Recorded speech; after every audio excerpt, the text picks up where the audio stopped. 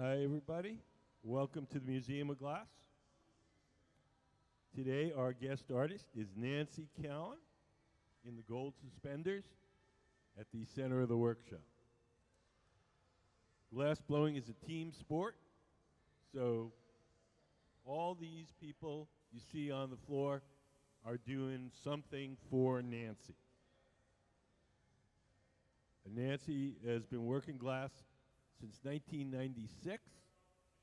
She spent many years as a team member of Lino Tagliapietra, the world's greatest Venetian master.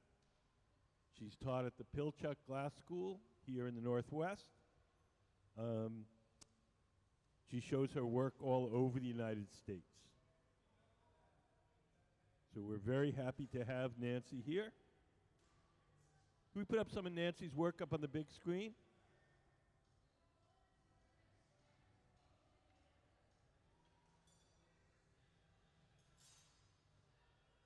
So at Christmas time, we always invite Nancy to make her famous snowman. So we're going to be making a snowman this afternoon. Right now, we're making her personal work. Can we show some of the panels? We're going to be making these glass panels, and we're going to make them in the old-fashioned way, the way that sheet glass used to be made back in the Middle Ages. It's called the cylinder method. So we're going to blow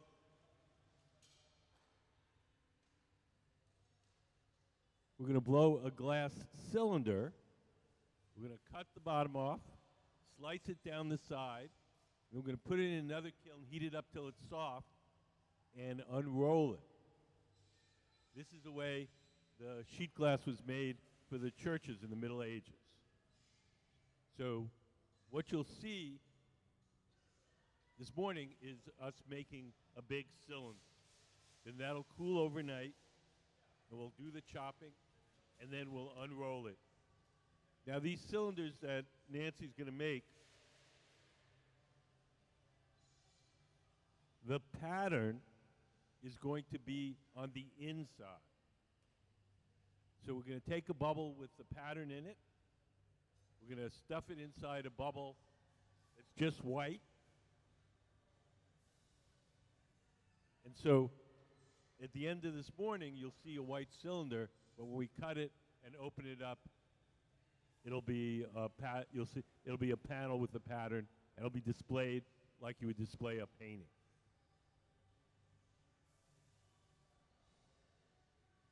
So just to get you started, I'm going to give you just a very brief introduction. Oh, do you guys have any questions so far? I'm just going to give you a very, very brief introduction to how glass blowing works. She'll be here all day. We will generally work 10 to 1 and 2 to 5. But she's a guest artist from Thursday through Sunday. So everything that we do starts out in our glass furnaces. The furnaces are the machines with the doors closed. If you look up on the big screen, you'll see a diagram. That's what the furnaces look like inside.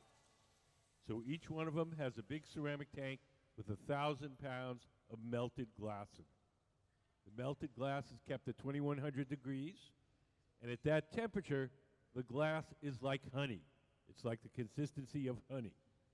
We want to get out to make stuff. We take one of those steel pipes. Those are called blow pipes. And we dip it into the molten glass like you dip one of those wooden honey dippers into a jar of honey. Dip it in, twirl it around. A little bit of the glass sticks to the end of the pipe. Pipe is hollow, so when you blow, it blows up like a little balloon.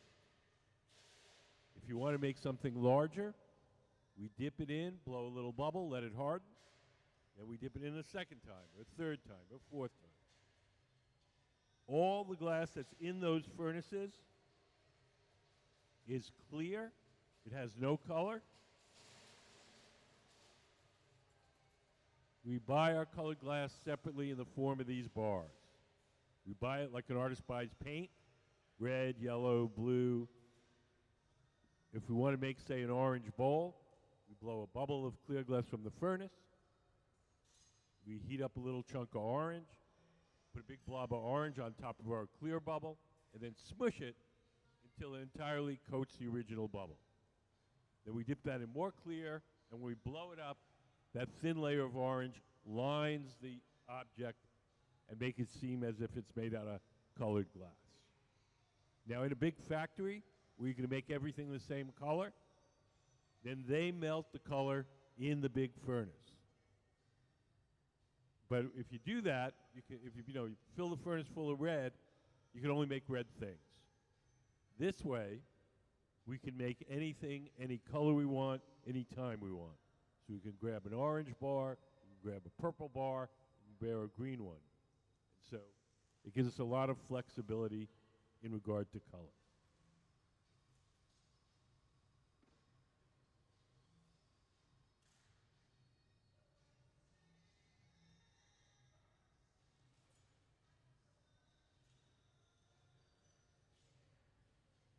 So the bubble that Nancy has now has a pattern of stripes.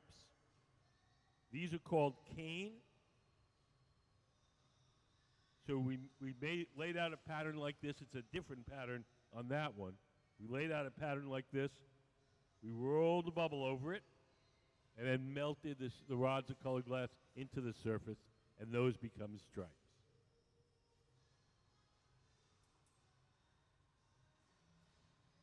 If you look up on the big screen,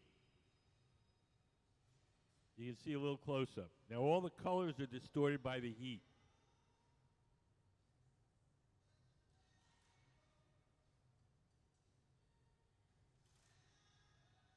So we're going to take that bubble with the pattern in it. We're going to stuff it inside a white color cup. So we put up stuff in a color cup.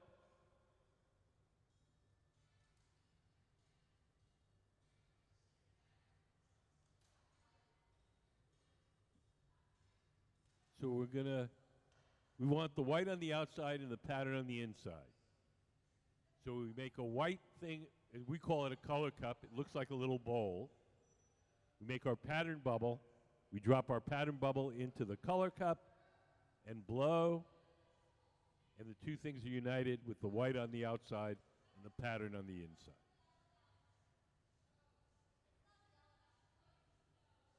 So Sarah is making the color cup over on the far right in the gold shirt. Nance has the pattern bubble.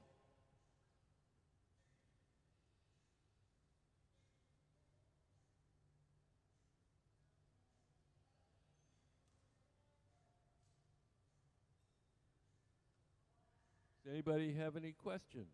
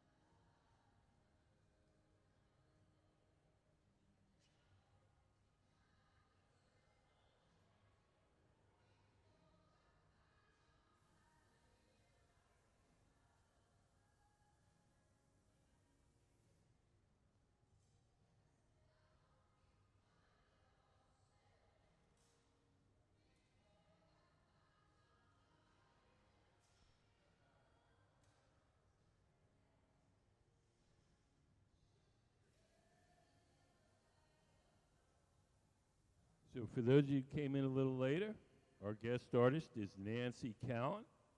Nancy is the woman in the gold suspenders at the center workbench. We're making glass cylinders, which we're going to turn into flat glass panels using the cylinder method. Can we put up the cylinder, the unrolling drawing?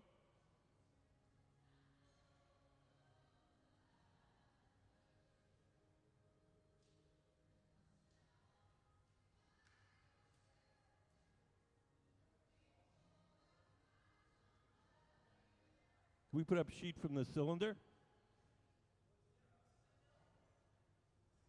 So we're going to blow a cylinder with the pattern on the inside.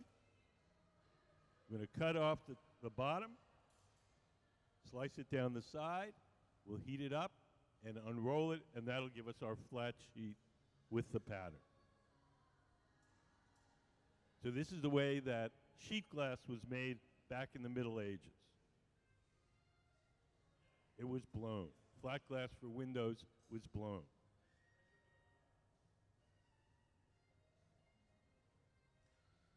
So this cylinder that we're making with Nancy, we want it to have white on the outside and a fancy pattern on the inside. Nancy, in the center, has the bubble with the fancy pattern. Sarah is making the white cup. That's going to become the outer white layer.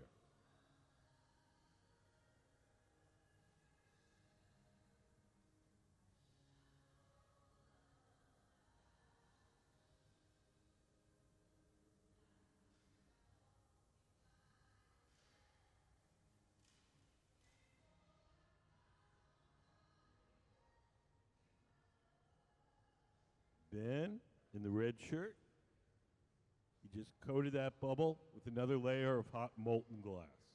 Each time we dip it in the furnace and coat it, it's called taking a gather. Each time we dip it in the furnace, only a certain amount sticks, so we have to build it up in layers. So we can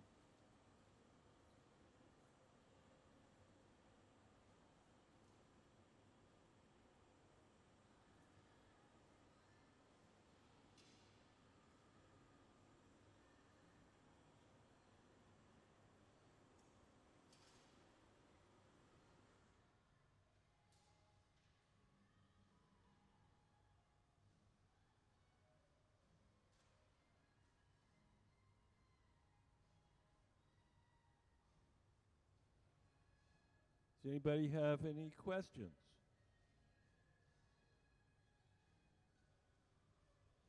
These are called cane. These are what we use to make the patterns.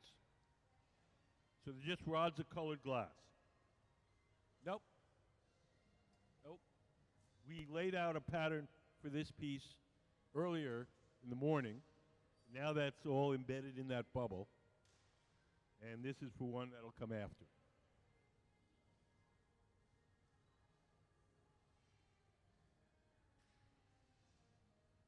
Can we put up picking up cane on a bubble?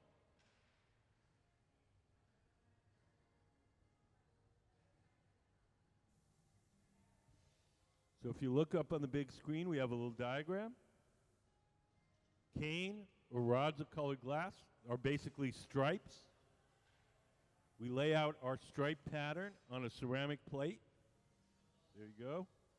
We put that in the fire, heat it up till it's a little bit soft, and give it a little squeeze so that all the little rods stick together. And then basically we have a striped sheet. We roll the bubble over it and then melt the stripes into the bubble. So each cane becomes one stripe in the finished piece.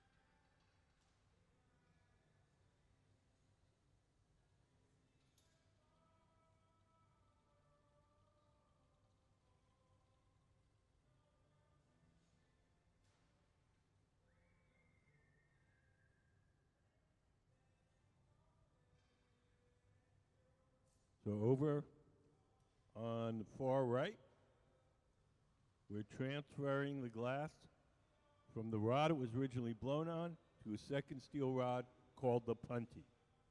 This second steel rod will hold our color cup from the bottom while we shape the top. So Sarah's going to break the glass away from the original pipe and leave it stuck to the pipe that Alex has. Alex is the woman in the black shirt. Sarah's the woman in the gold shirt. She's going to drip some water, which she wants it to break, and a little tap, and off it comes. So now it's held from the bottom. The top is exposed. The top can now be heated and shaped.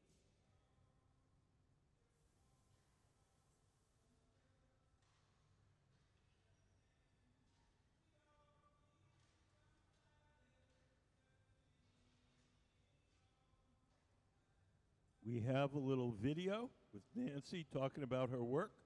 Nancy Callan, our guest artist. Can we play Meet the Artist? Nancy, Meet the Artist.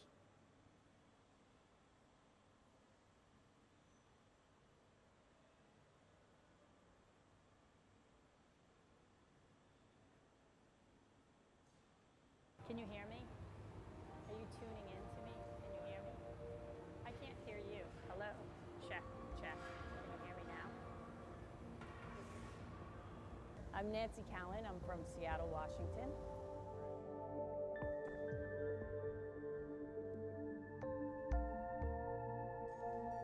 My focus as an artist is to create sculptural forms that are fun, playful, elegant,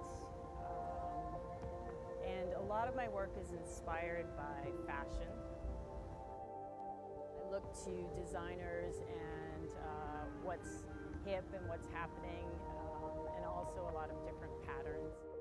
My mom was pretty fashionable. She had some crazy suits when I was growing up, and I can remember she also had this canary yellow suit that was just fantastic. It was a skirt and a blazer and a hat with a feather. Well, I started blowing glass at Massachusetts College of Art, and I was a little bit older, so I knew that I had to learn from somebody that was really good. And I knew I wanted to be a really good glass blower. That was like a driving force for me. Yeah. And so I took a class with Lino in 1996, and I think he saw that I was really enthusiastic and very dedicated to what I was doing. And he told me to move to Seattle, and it was my dream to be able to work with him and be the person that like picked up the cane, that pulled the cane and did all that stuff. So that's my main gig now. You want it right here. Okay. For me, having him have the confidence and the belief in me to do that for him, that was pretty huge.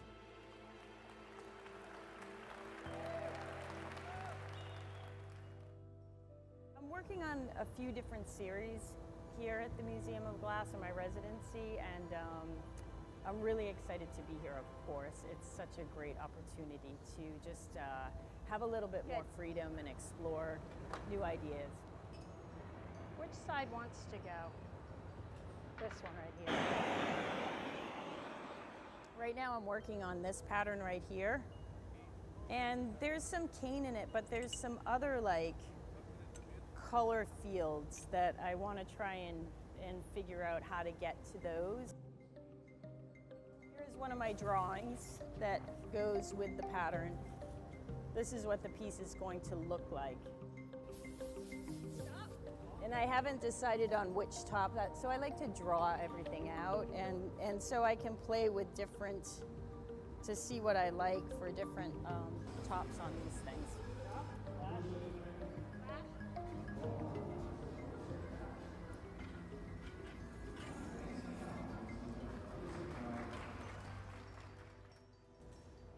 I'm also working on another series that I started maybe a year ago. I'm really attracted to this form, and I'm trying to figure out different cane patterns to use on it. And I've been doing this new cane pattern where I cut the canes up really small. So I am experimenting and really trying to fine-tune some forms. I'm really interested in graphics and like a wide band of colors.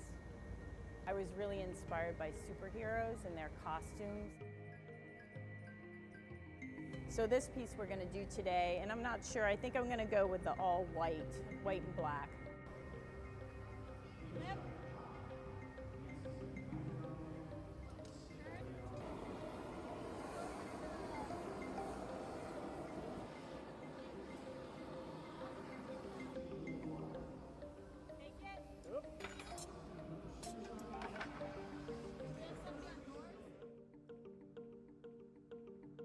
I feel like there's so many more things to like figure out and explore that I haven't even come up with yet.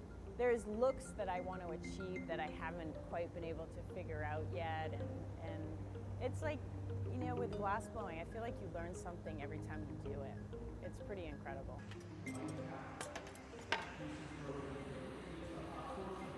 Okay.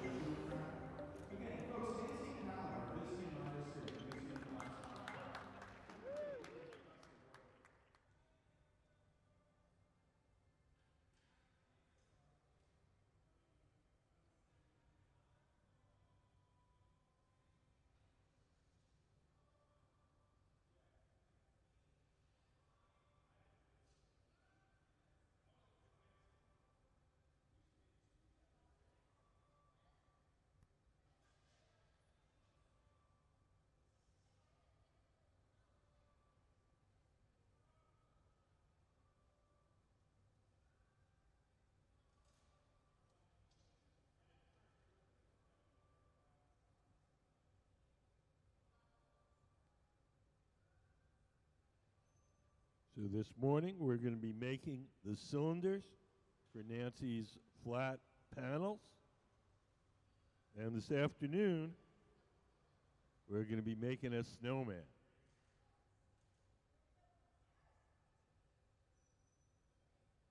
So this is basically a life-size drawing. And it'll have the same kind of cane patterns. The cane for the snowman is laid out here. So we'll make 3 separate bubbles and a nose and stick them together. Nancy always comes here at Christmas time and makes a couple of snowmen. It's a Museum of Glass tradition. If you saw on the way in the black snowman, that's Nancy's.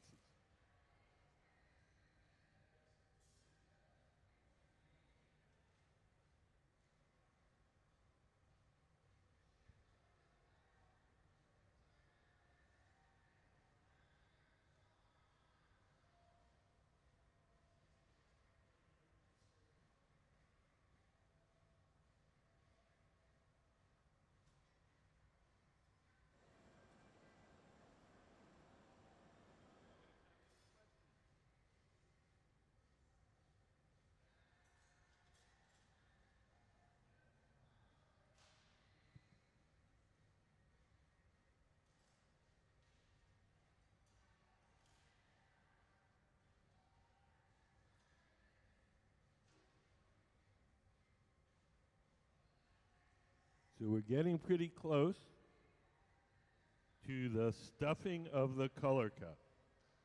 We're going to take the bubble that Nancy has in the center, and we're going to put it in the bowl shape that Sarah in the gold shirt has over on the right.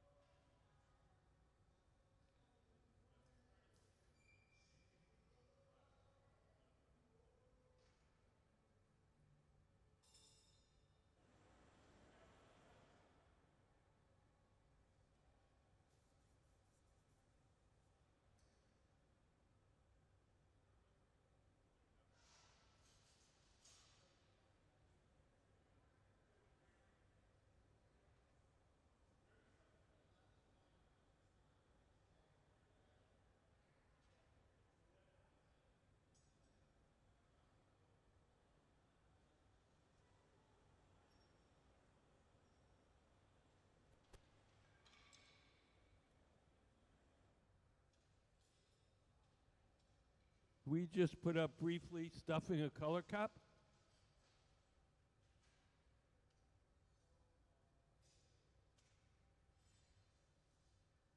So this is what we're going to do with the two bubbles.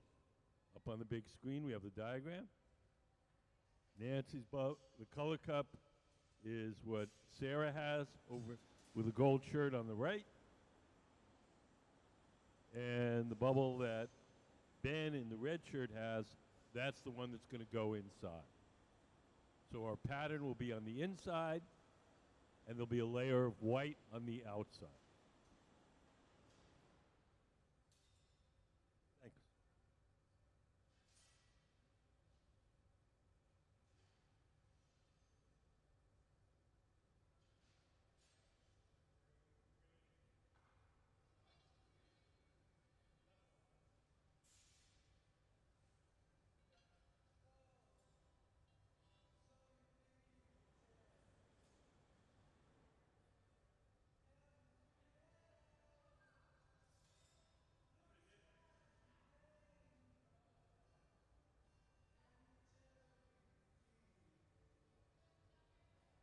So if you watch the man in the red shirt, Ben Cobb,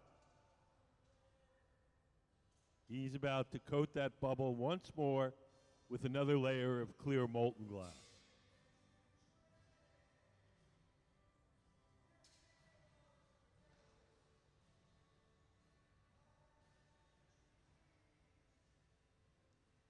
Behind that door, there's a big ceramic tank. In that ceramic tank is 1,000 pounds of melted glass. You dip it in, turn it around.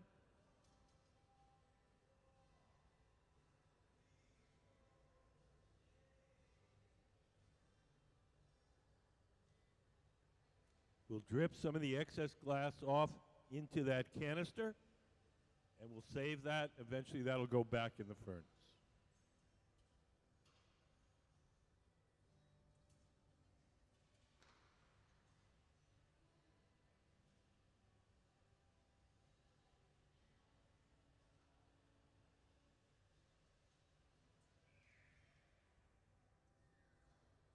Here we go in the center. Sarah's placing the color cup on a metal stand. If you can't see this from where you're sitting, keep an eye on the big screen. We'll have a camera on it. So we drop one bubble inside the other. This is called stuffing a color cup.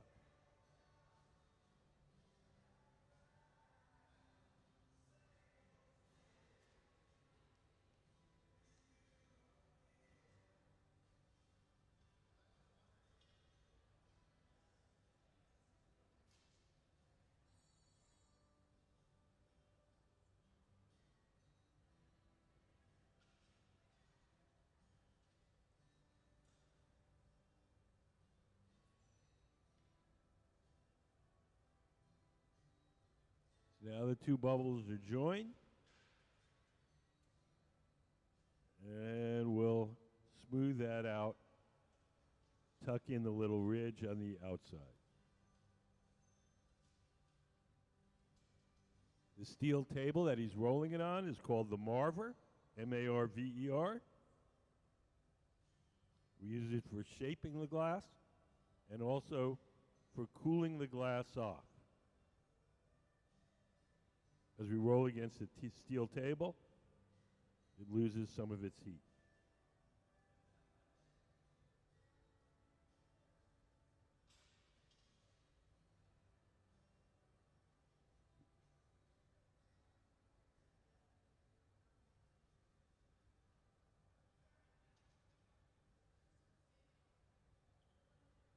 We put up some of Nancy's flat panels up on the big screen.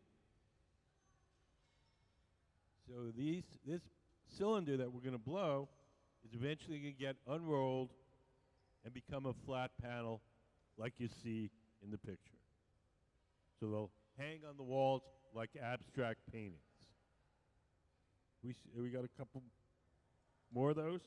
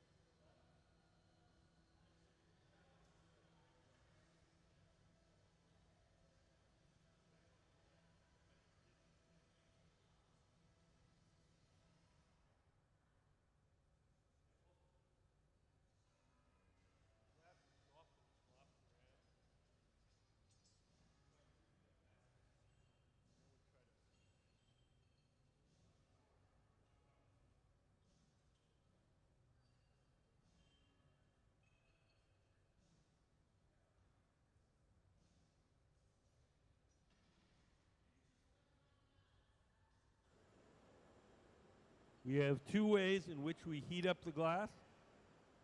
Sometimes we heat it up with the big round oven, the glory hole. Sometimes we heat it up with a torch. We heat it up with a torch like he's doing now. It allows him to focus the heat in a particular place.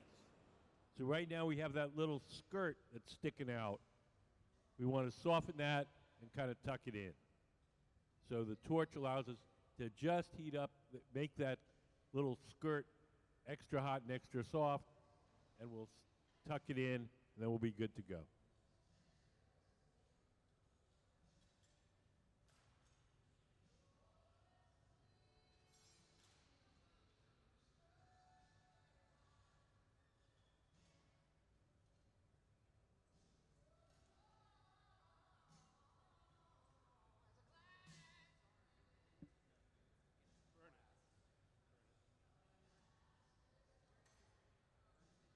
That's the metal glowing underneath the glass.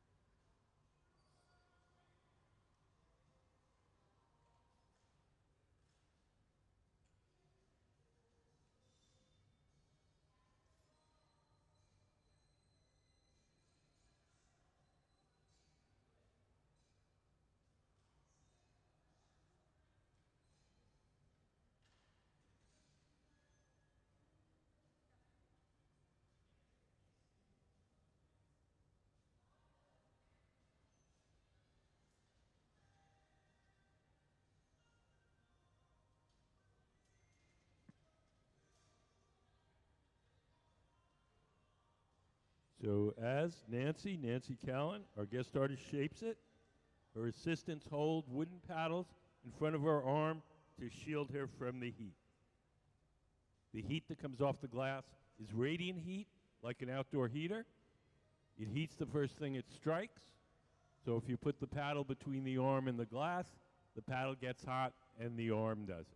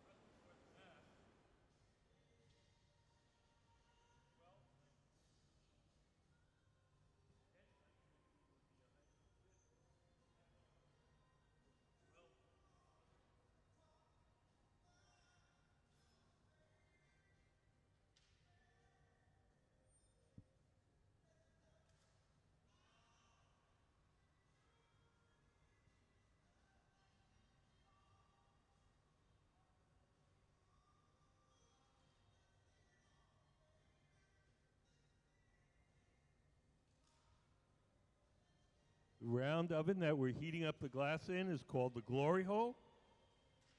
It runs on natural gas and forced air, and we keep it at approximately 2,300 degrees Fahrenheit.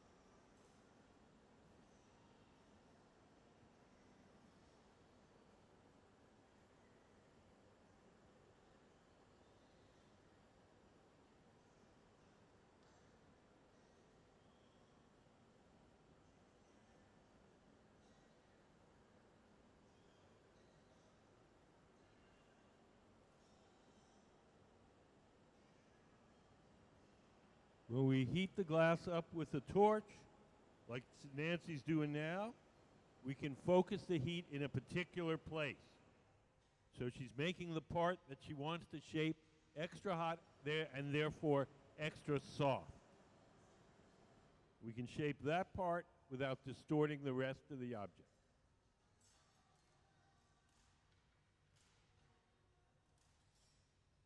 We'll be making these cylinders to be turned into panels in this morning. This afternoon, we're going to make this fancy snowman.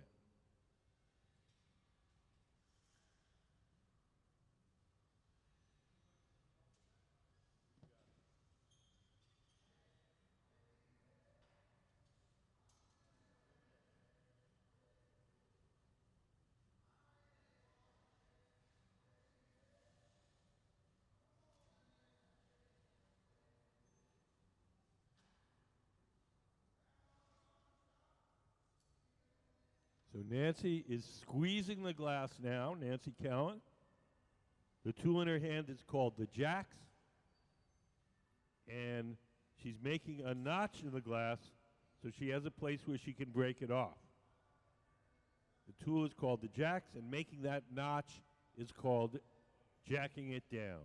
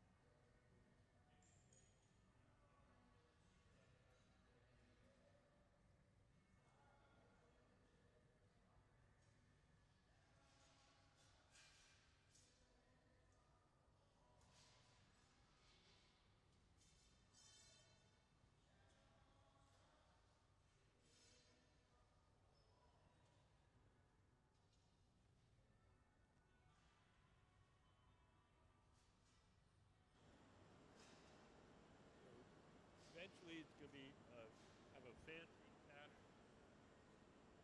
Not this pattern. Fancy pattern. So what you do, you blow a cylinder. Again, white on the outside, fancy pattern on the inside. Got the bottom top.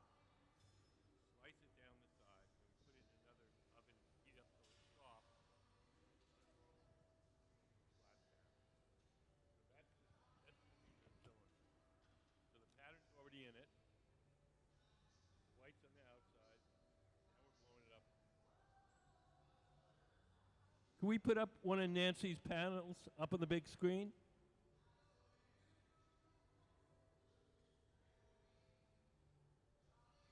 So they'll be displayed in that manner. But they're blown as a cylinder. That's the part you'll see today. It'll be cooled overnight, cut, and then unrolled.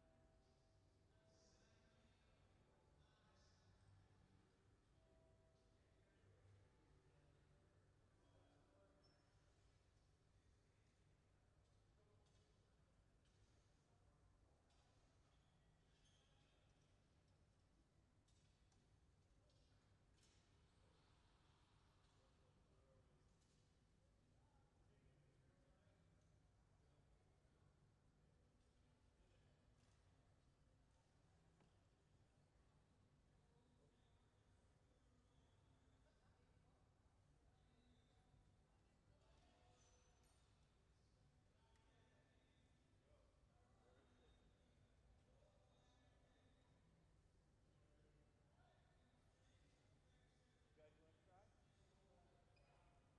What's your favorite thing in school?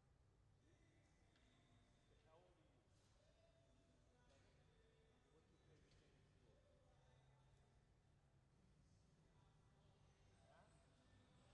7, you're like first grade? First grade?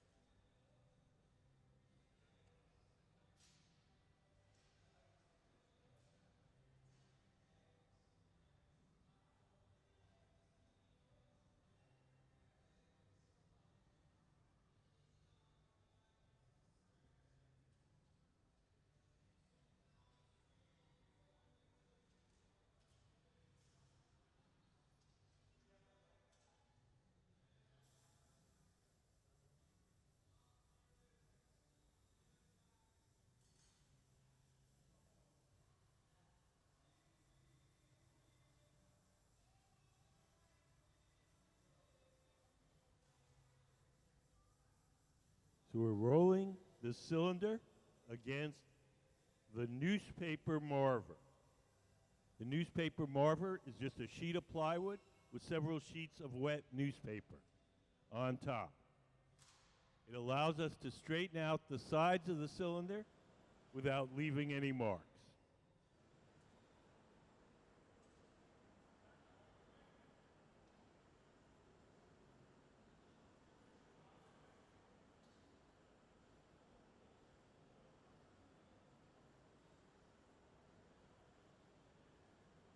So the top of the cylinder is the part attached to the pipe.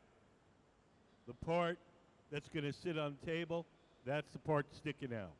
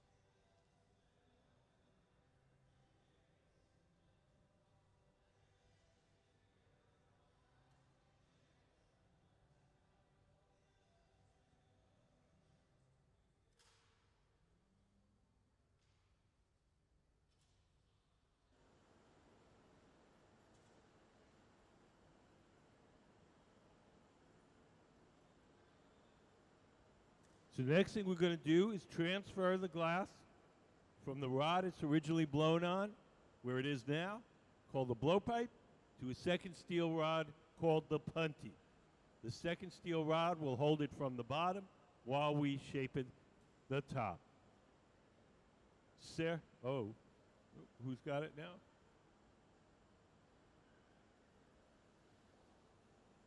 So Isaac, the man on the right with the beard, he's got the punty.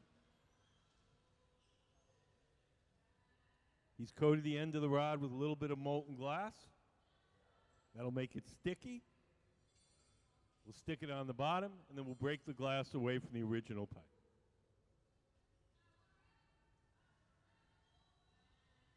Done already? You're a fast start.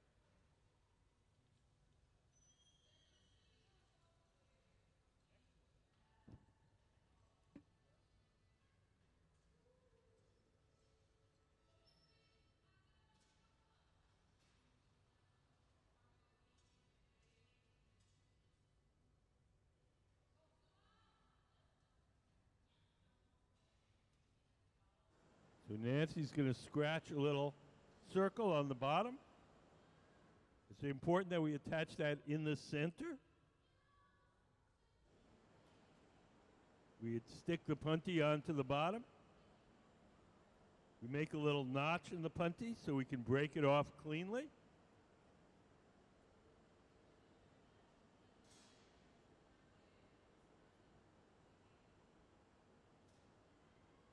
We have to wait just a little bit till that connection stiffens up so it's stiff enough to bear the weight of the cylinder.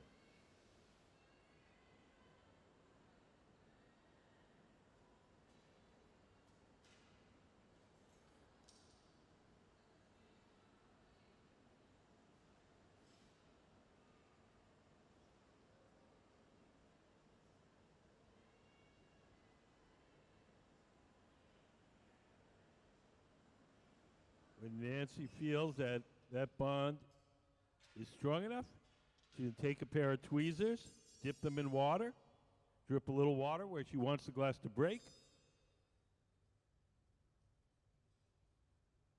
and then a tap on the pipe, and off it comes.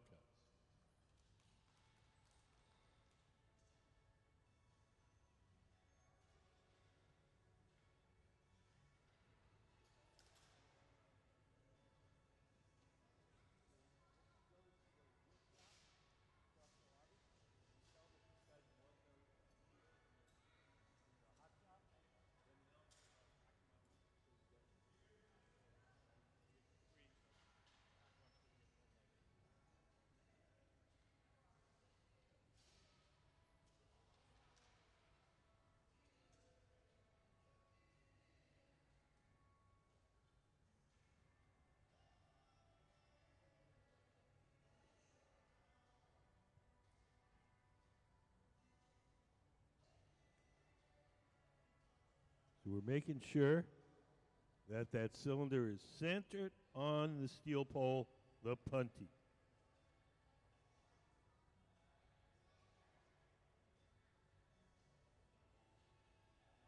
Working with glass is like working on a pottery wheel or a lathe. The work spins, and we hold the tools against it as it spins. If everything is centered, then things go easily. If it's off center, then things get complicated.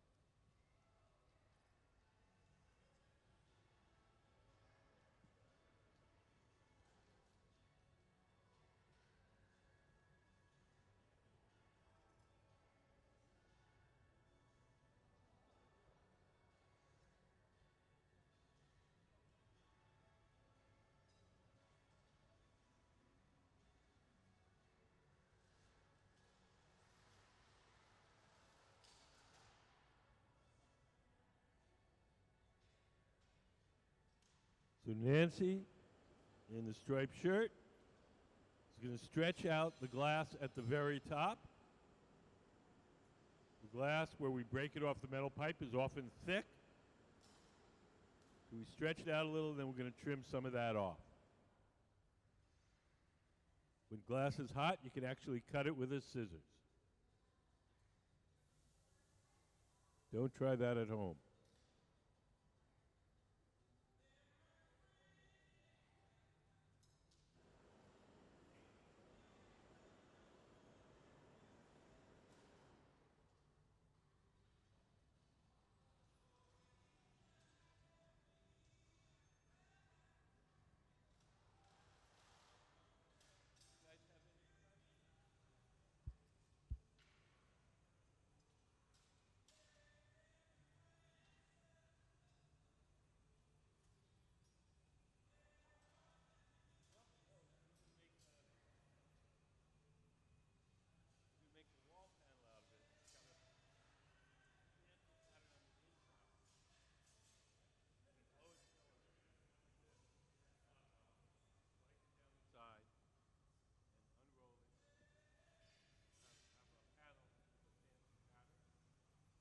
Can we put up one of Nancy's panels up on the big screen? So look up on the big screen.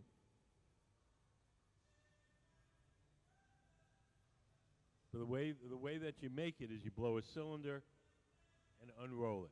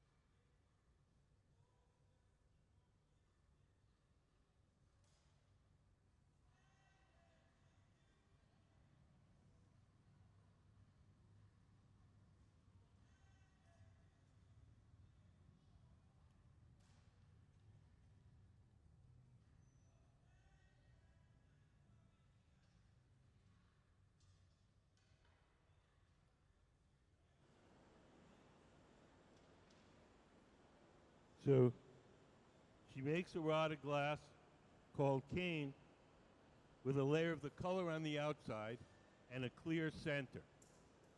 And when she rolls it on the table and squishes it, you see the two ends kind of, and that's what gives that kind of macaroni design.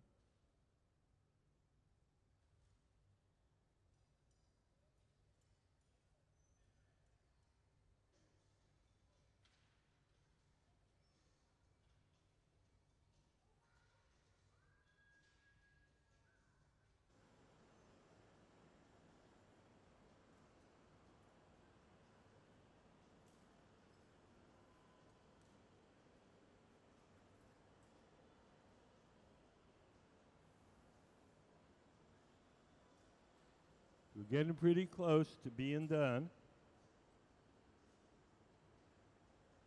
Everything that we make like this has to be cooled off slowly or it'll break. If we just took it and put it on a table now, let it cool on its own, it would cool too quickly and unevenly and it would shatter. So we're going to take it off that metal rod, place it in a special oven called the annealing oven, where it'll be cooled slowly overnight. And that slow cooling is called annealing, and that relieves all the stress in the glass and it doesn't break.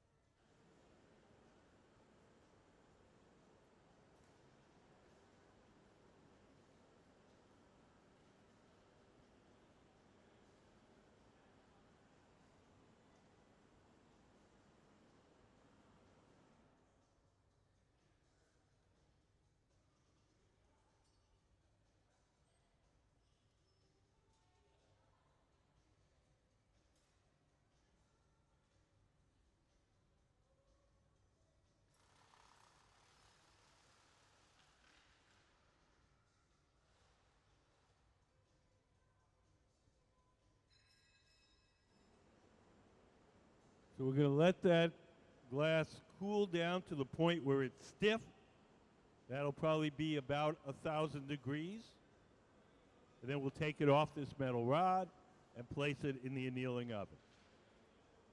If you look up on the big screen, you can see the fancy pattern on the interior. That will get unrolled.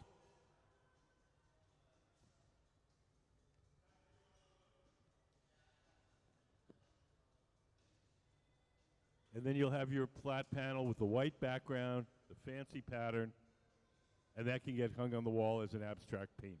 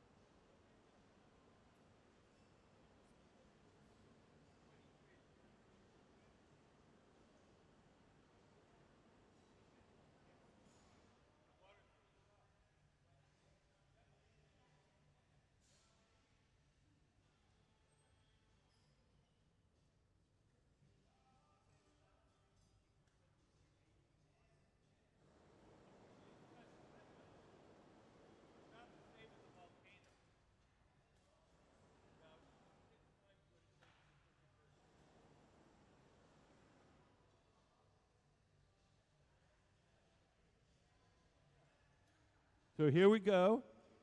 We're going to drip some water where we want the glass to break.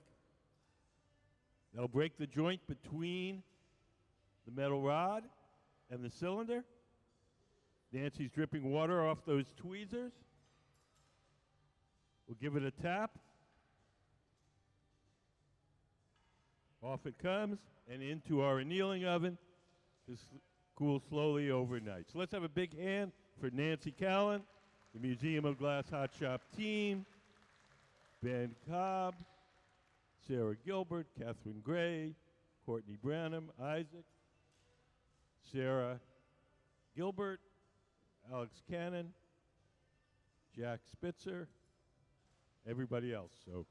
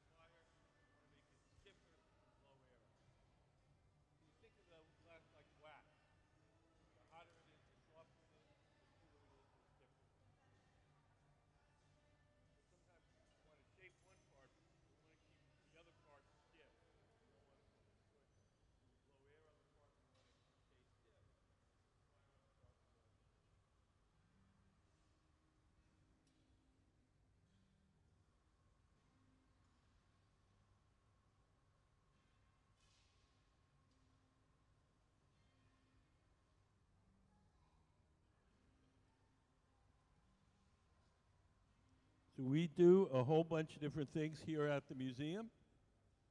One of our favorite things to do, we have a contest for kids called Kids Design Glass. Any kid can do a drawing. Once a month, we pick one of the drawings and make it out of glass. We make 2 copies, one for the kid to take home and one for the museum collection. We have a little video. We can show you some of the things we've done with the kids in the past.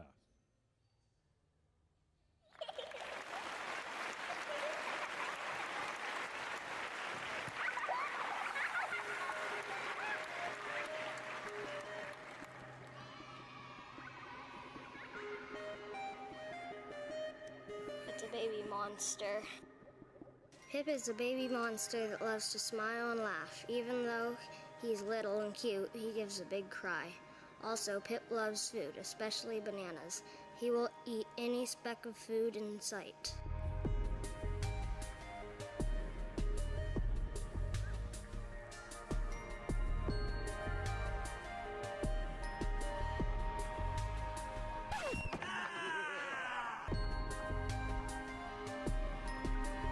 Oh, it's amazing. Totally amazing.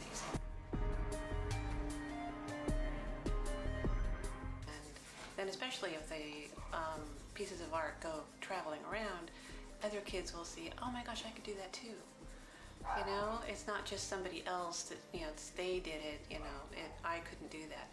Absolutely not. Anyone can do this. And I think that's what it shows the kids. Maybe not everybody can win them. But,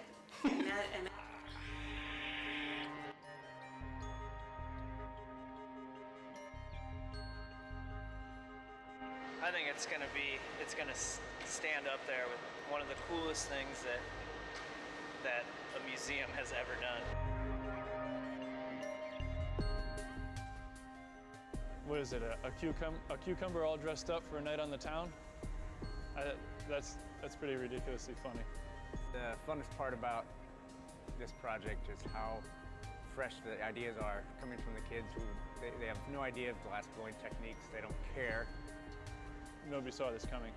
We'd make one piece and it was given to the family. And then we realized, well, wait a second, there's something more here. We started to get more drawings, more interesting drawings, and it really kind of snowballed a little bit. Bacon Boy was special.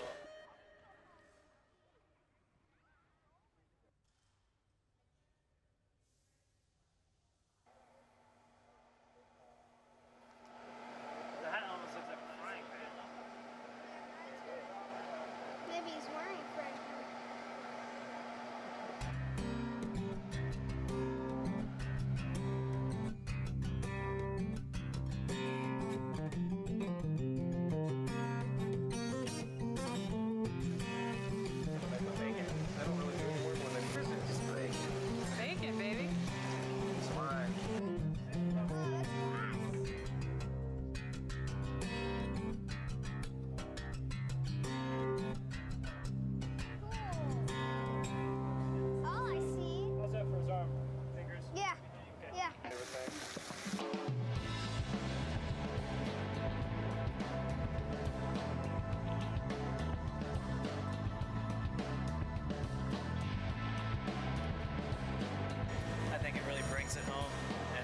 shows that, you know, there's an artist in all of us, I think. So, and it's human nature to be creative. So I think we lose that as we get older sometimes, and it's cool to see this pure creative nature that children possess. So I think it's cool to share that with the rest of the world, hopefully. So.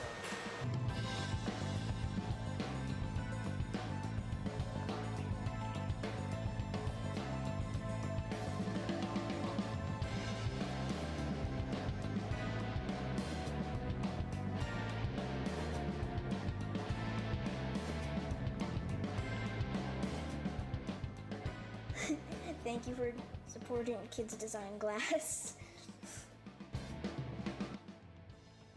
So if you're here with kids, just go into our little arts and crafts room off the lobby.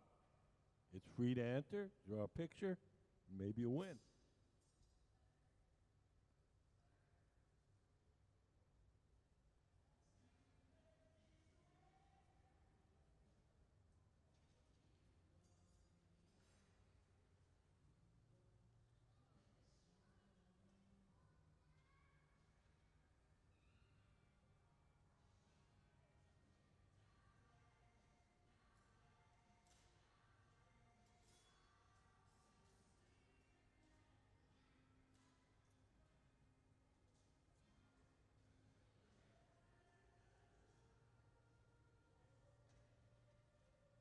So now we're beginning the next cylinder.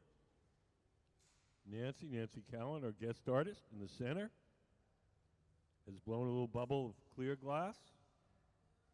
She's found some bubbles in it, so she's picking those out while the glass is still thick and gooey.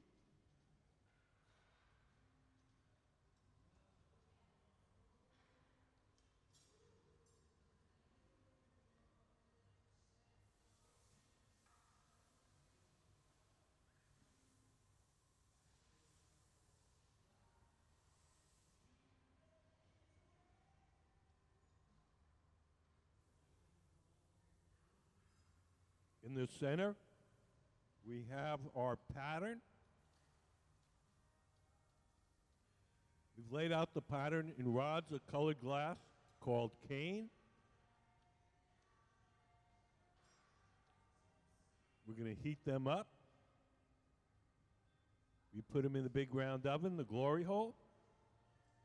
We get them soft, and give them a little squeeze, and then they'll stick together.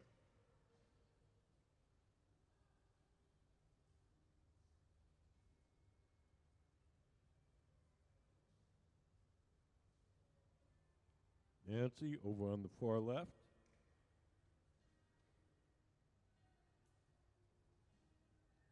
She's got the bubble of clear glass. Isaac in the center has our cane pattern, our stripe pattern. And now she's going to roll the stripes onto her clear bubble.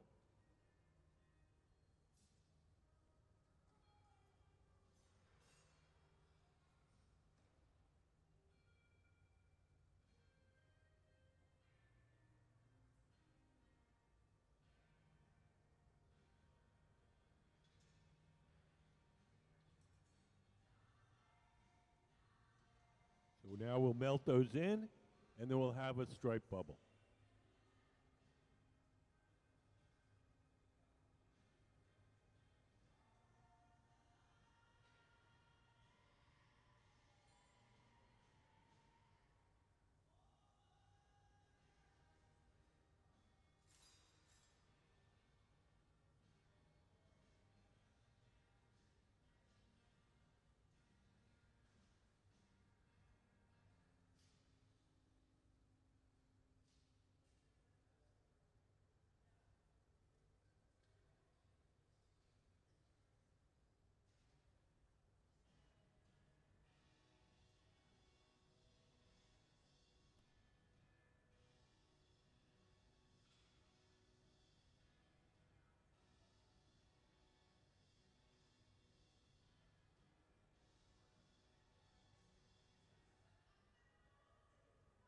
We'll be heating those in the glory hole, the round oven. It operates on natural gas, and we keep it at approximately 2,300 degrees.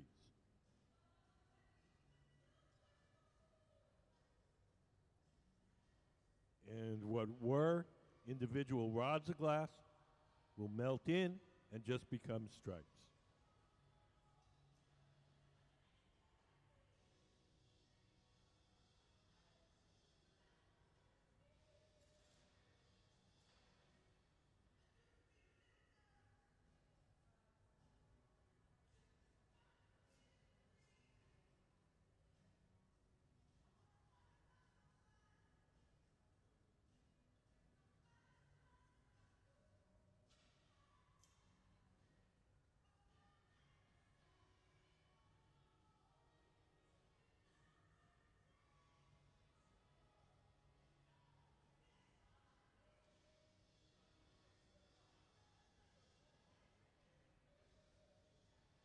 Our guest artist, Nancy Callan, the woman of the center in the gold suspenders.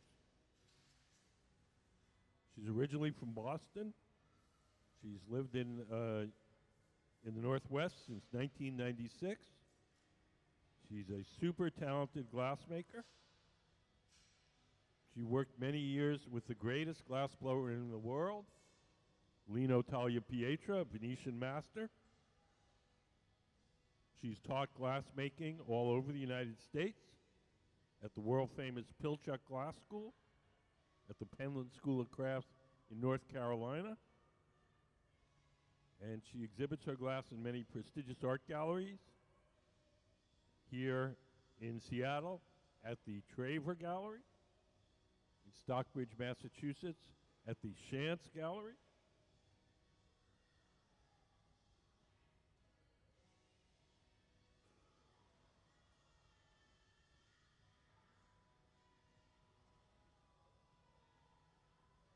glass blowing is a team sport, so you'll see all sorts of people running around doing things, making stuff. They're all making things related to Nancy's projects.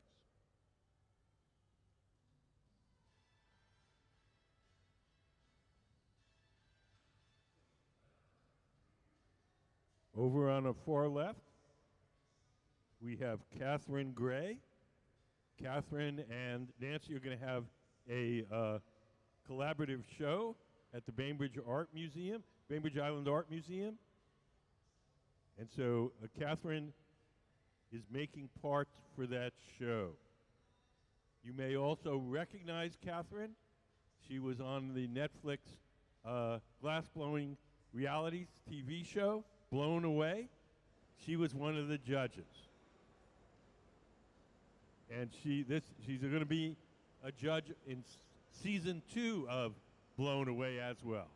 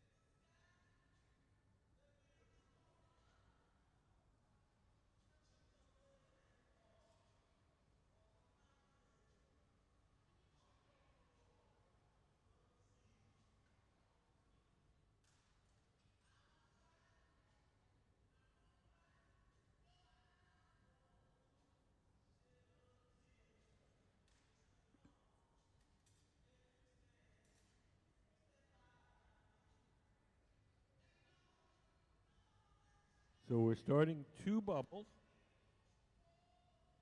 One which has the fancy pattern of cane, of stripes. We have that one in the center. We're going to make a white bubble over there on the bench on the right. And then we're going to put one bubble inside the other one. Could we put up stuffing a color cup?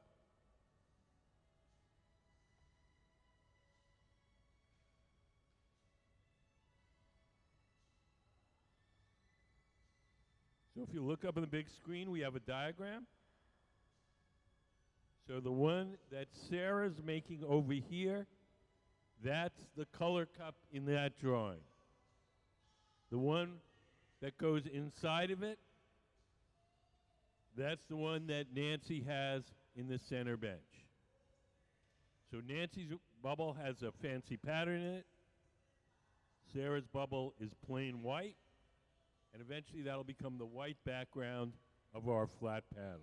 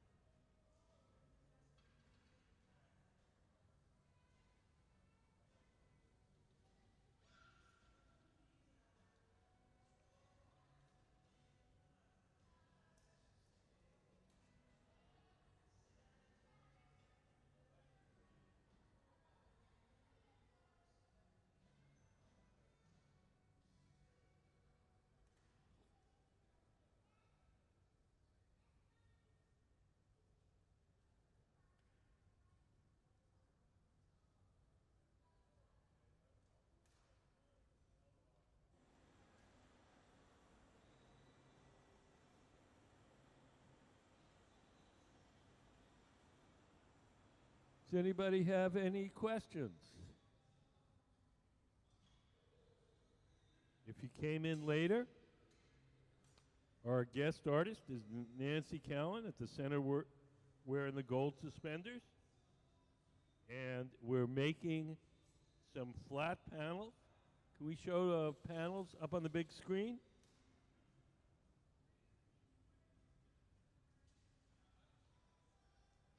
And we're making these panels using what's called the cylinder method. This is how sheet glass was made back in the Middle Ages. You blow a cylinder of glass, you let it cool down, and you cut the bottom off, you put a slice down the side, and then you heat it up again till it's soft and unroll it. You end up with a flat panel. Back in the Middle Ages, this is how they would make your windows. But we're making a custom panel with Nancy's fancy design in it, and it'll hang on the wall like an abstract painting.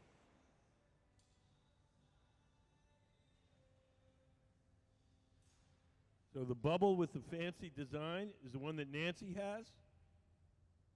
Sarah's making a bubble of white glass, and that's going to essentially be the background.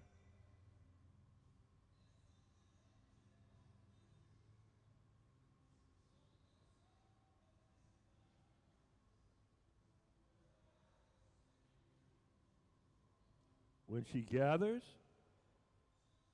she drips off the excess glass into that can. We'll save that molten glass, and that'll eventually go back in the furnace.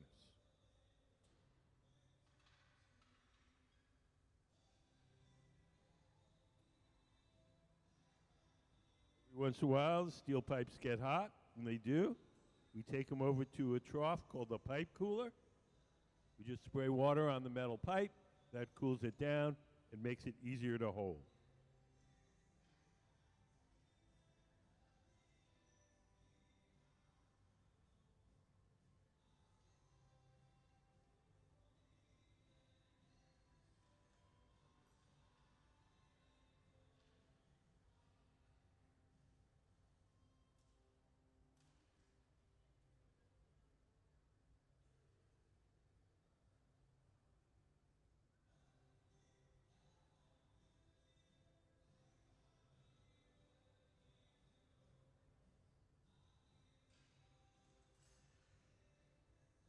In the center, Nancy is shaping her bubble using a pad of graphite cloth.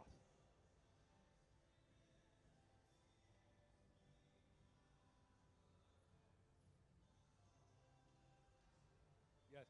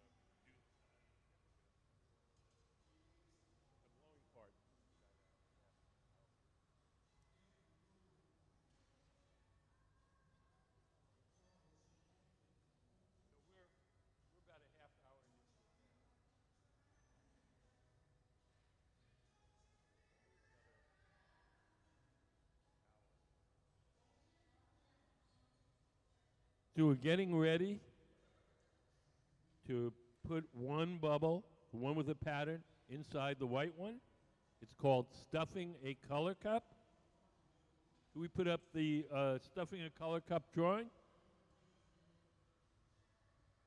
So if you look up on the big screen, you'll see a diagram. So you take one bubble, drop it inside the other one, and blow, and the two layers are joined.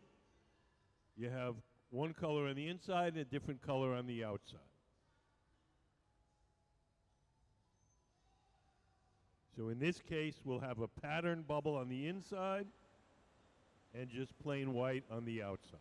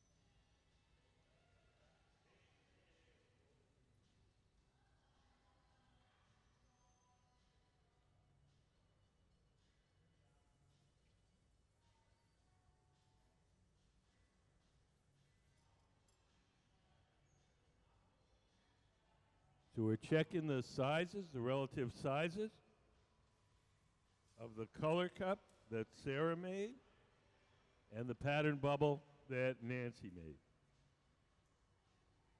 And so the man in the red shirt, Ben, he's got the pattern bubble, and he's going to stuff it inside the color cup.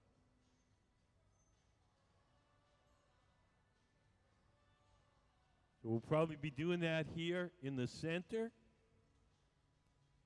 If you can't see it clearly from where you're sitting, look up on the big screen. We'll have a camera on it.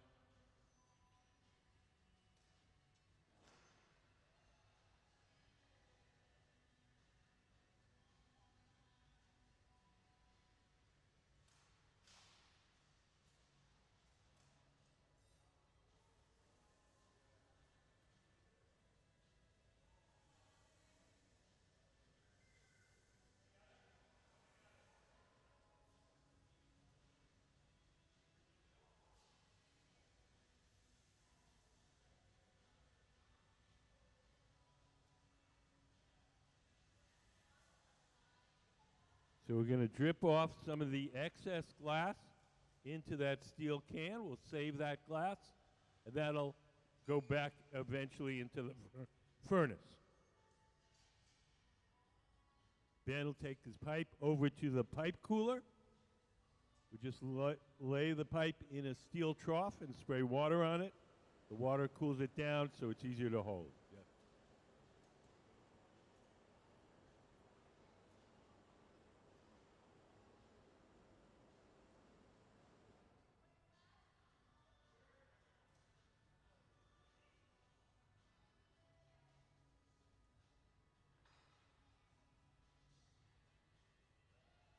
So here we go. We take the color cup off the metal rod. We put a little water on that joint. That'll crack that joint. We place it in the stand. And then Ben's going to come over with his bubble with the patterns in it and stuff it in there.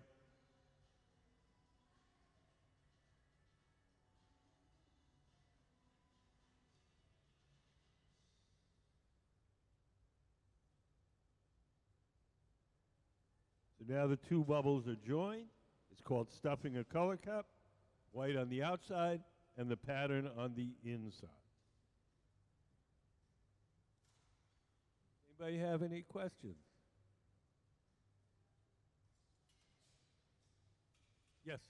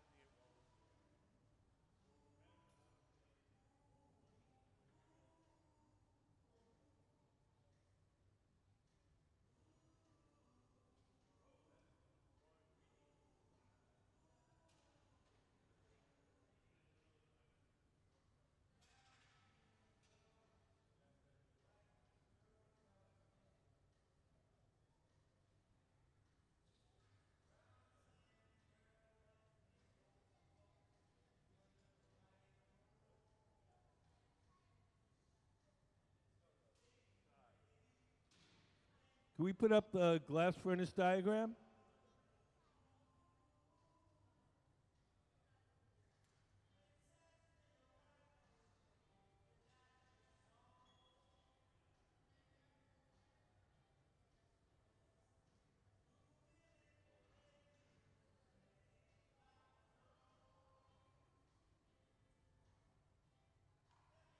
So now we're going to tuck in a little edge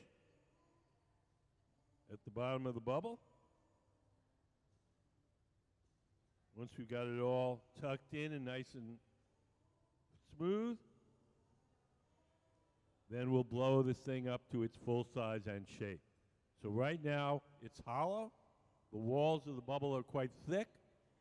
There's a cane pattern, a stripe pattern on the inside, and plain white on the outside.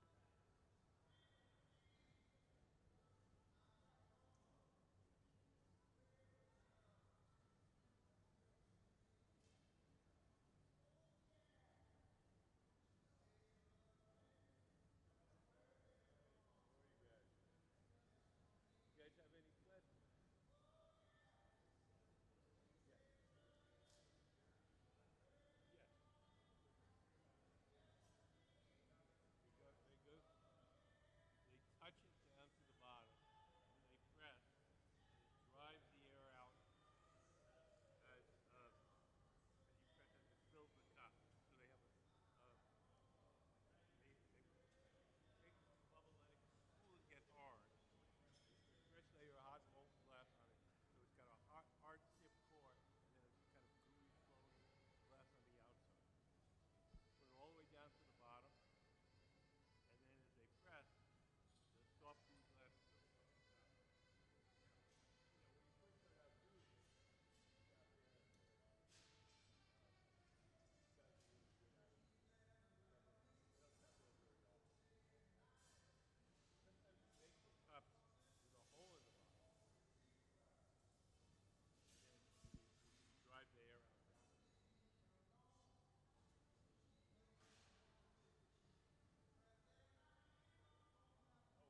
3 weeks.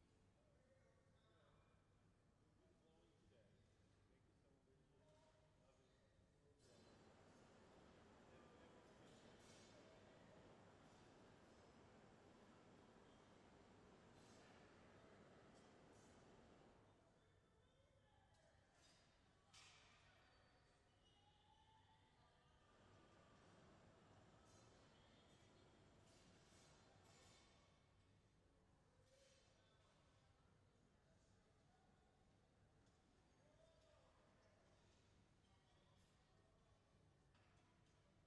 So now we're going to squeeze the glass and make a sharp crease in it. That sharp crease will be the place where we can break the glass away from the metal pipe. So the tool in Nancy's hand is called the jacks, and making that crease is called jacking it down.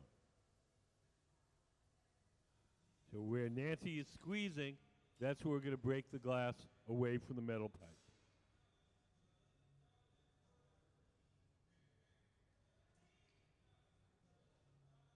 You'll notice that one of the glass blowers is seated to the left of the workbench. She's the person that's blowing. She's blowing through the steel tube and inflating the glass while Nancy shapes it. So it's just like blowing up a balloon.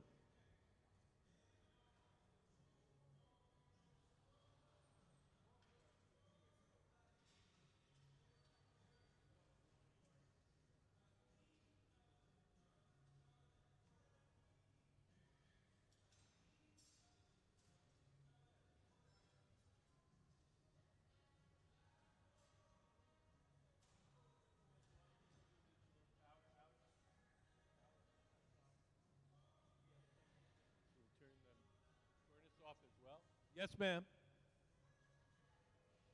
How much does that weigh? I don't know. I'm guessing 20 pounds, maybe. But that's just a guess. I could be way wrong.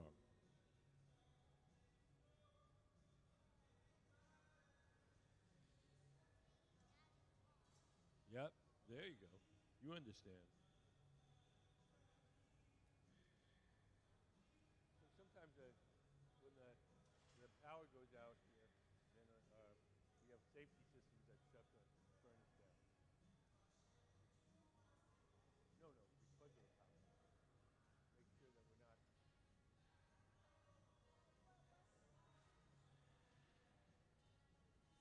What?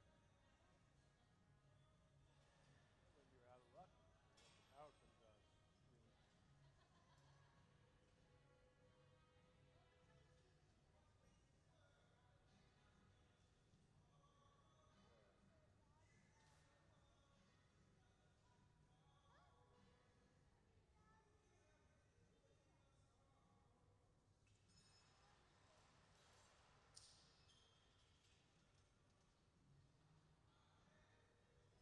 So when we hold the glass down at an angle like that, the glass is soft and it actually stretches under its own weight.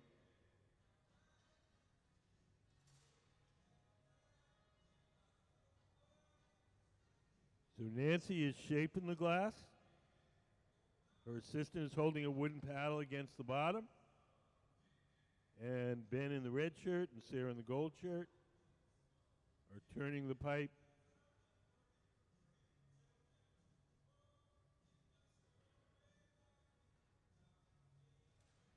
So the bottom of the cylinder is the part that's sticking out. The part that's going to be the top is the part that's still stuck to the pipe.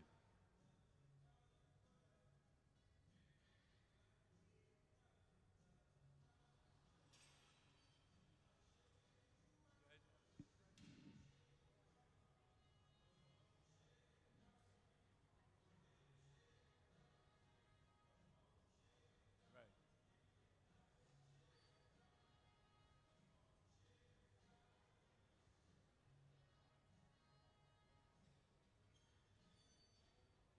Oh, well, she heats it up so it's soft, and then as she drags, it starts to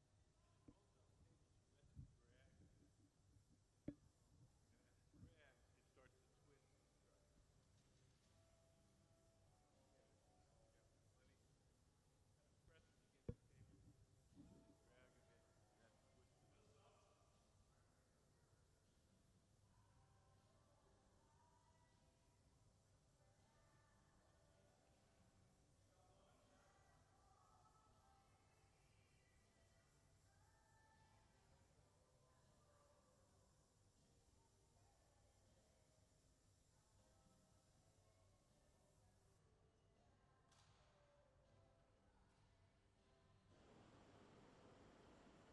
against the table, drag a bit, and that's twisted. We want to make sure the sides of this cylinder are straight. And we're going to roll it on the newspaper marver.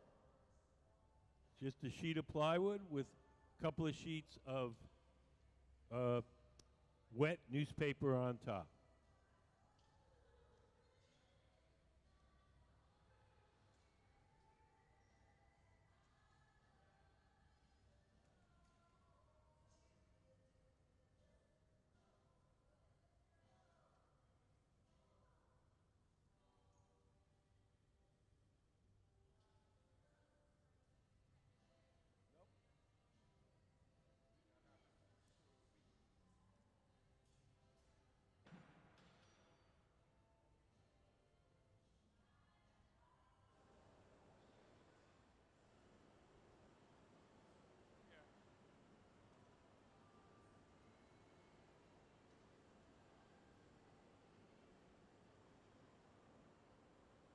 So the next thing we're going to do is transfer the cylinder from the rod it was originally blown on, or where it is now, the blowpipe to a second steel rod called the punty, P-U-N-T-Y.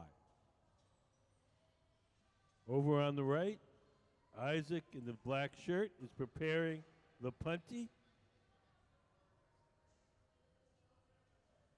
So that rod is going to act as a temporary handle to hold the cylinder from the bottom while we shape the top.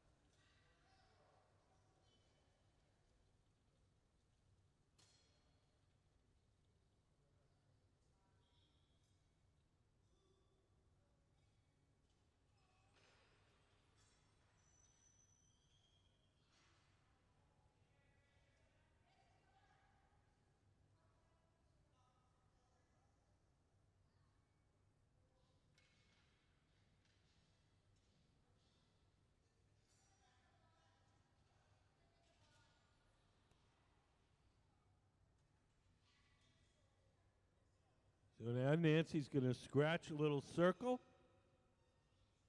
and that'll tell her where the center is.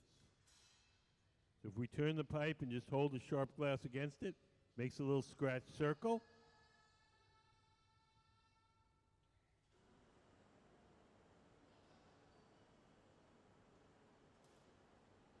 So we've stuck the punty on the bottom. We're going to make a little notch in the punty so we have a clean place to break it off.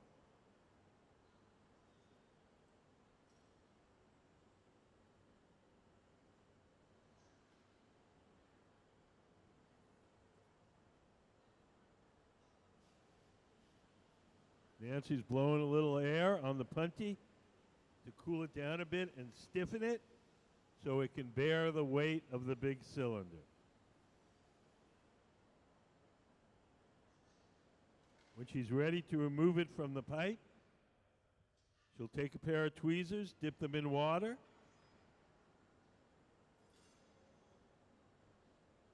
drip some water on the glass where she wants it to break.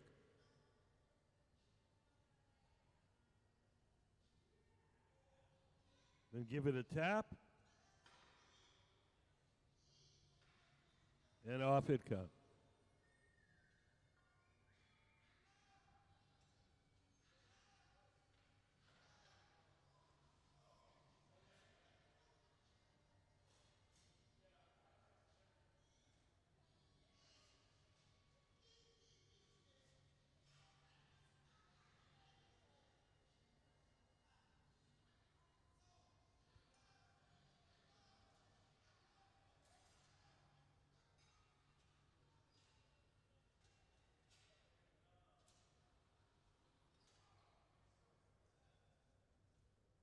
So for those of you not familiar with our guest artist, Nancy Callan, we have a little short video.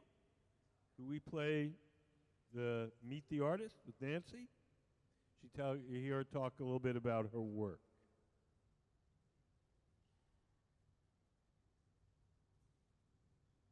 Can you hear me? Are you tuning in to me? Can you hear me? I can't hear you. Hello? Check, check. Can you hear me now?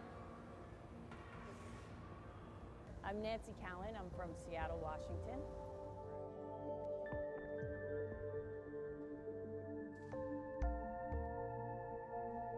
My focus as an artist is to create sculptural forms that are fun, playful, elegant,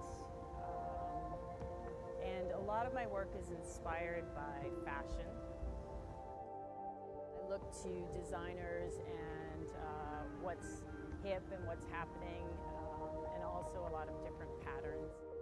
My mom was pretty fashionable. She had some crazy suits when I was growing up, and I can remember she also had this canary yellow suit that was just fantastic. It was a skirt and a blazer and a hat with a feather. Well, I started blowing glass at Massachusetts College of Art, and I was a little bit older, so I knew that I had to learn from somebody that was really good. And I knew I wanted to be a really good glass blower. That was like a driving force for me. Yeah. And so I took a class with Lino in 1996, and I think he saw that I was really enthusiastic and very dedicated to what I was doing. And he told me to move to Seattle, and it was my dream to be able to work with him and be the person that like picked up the cane, that pulled the cane and did all that stuff. So that's my main gig now. You want it right here. Okay. For me, having him have the confidence and the belief in me to do that for him, that was pretty huge.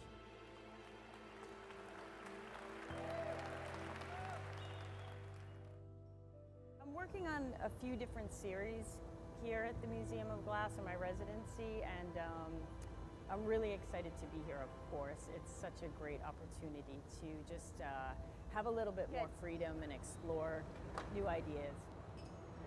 Which side wants to go? This one right here. Right now I'm working on this pattern right here, and there's some cane in it, but there's some other like color fields that I want to try and figure out how to get to those. Here's one of my drawings that goes with the pattern. This is what the piece is going to look like. And I haven't decided on which top, so I like to draw everything out, and so I can play with different, to see what I like for different tops on these things.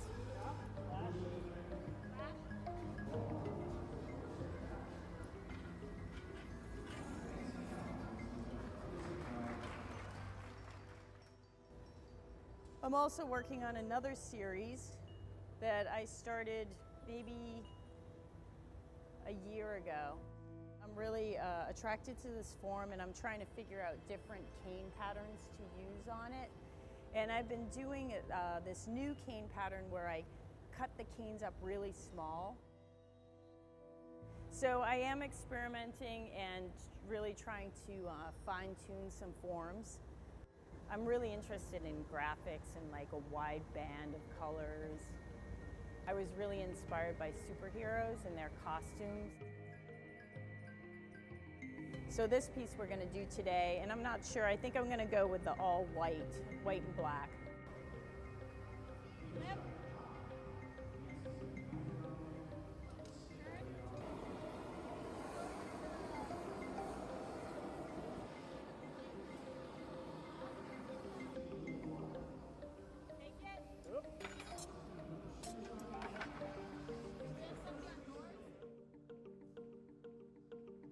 I feel like there's so many more things to like figure out and explore that I haven't even come up with yet. There's looks that I want to achieve that I haven't quite been able to figure out yet, and it's like, you know, with glass blowing, I feel like you learn something every time you do it. It's pretty incredible.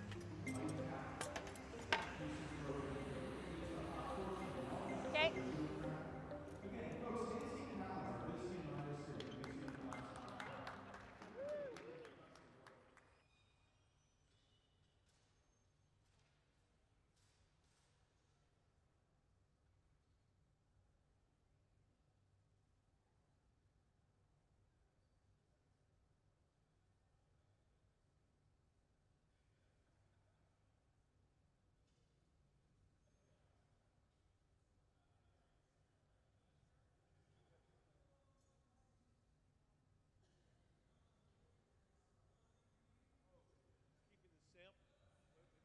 Glass where you break it off the pipe is always a little bit thick. So we stretch it out a little, and it's trim some of it off. And just keeping the trimming as color samples. It's got a pattern on the inside and then the white on the outside.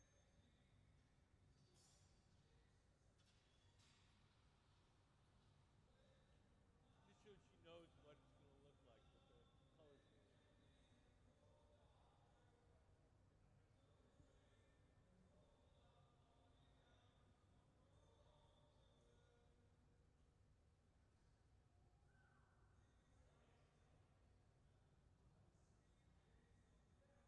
You see this one, it's white on the outside and has the black stripes on the inside.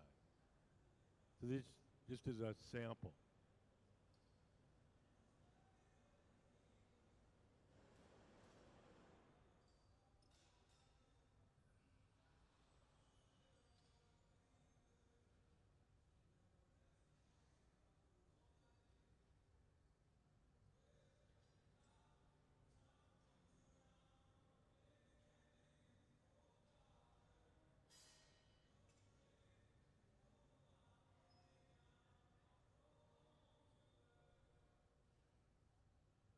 Little by little, we're opening up that top end so it's a nice straight cylinder. We put up the unrolling diagram. The cylinder from a sheet from a cylinder. So we're going to make our cylinder, like you see on the left. We're going to pop the top off it. We're going to cut it down the side, and then we're going to put it in a kiln, heat it up till it's soft again, and unroll it.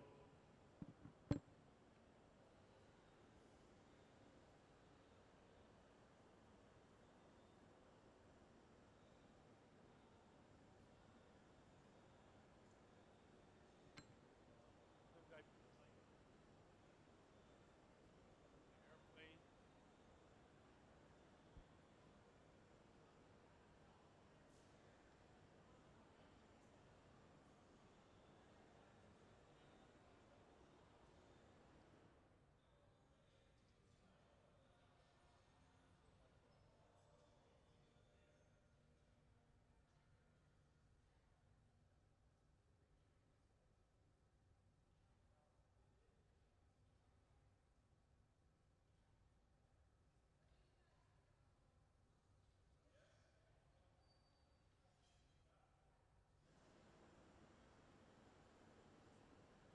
So we're just about done.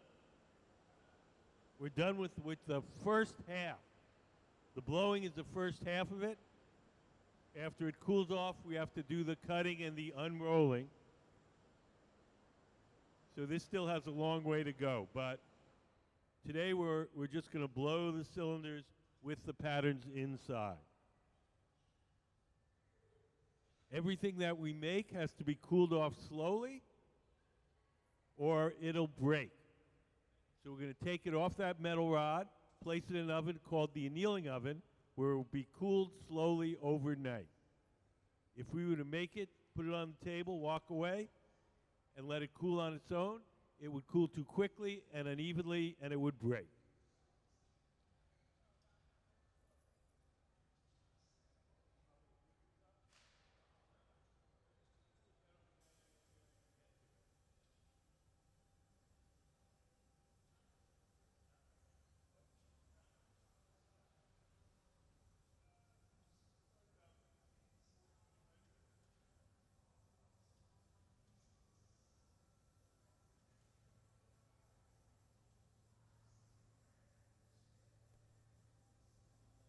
So we're rolling it on that newspaper to just straighten out the sides of that cylinder.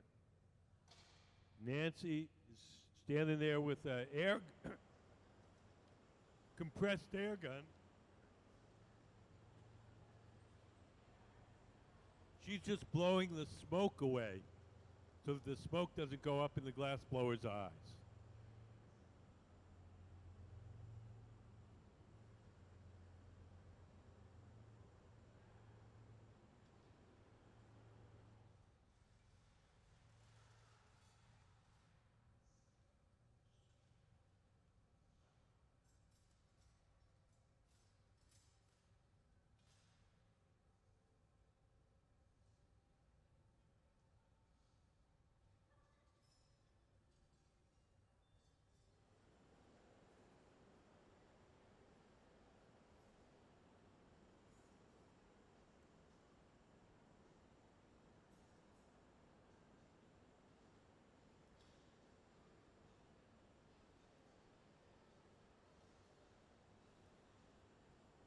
Before we remove the glass from the metal rod, we're going to let it cool down to about 1,000 degrees.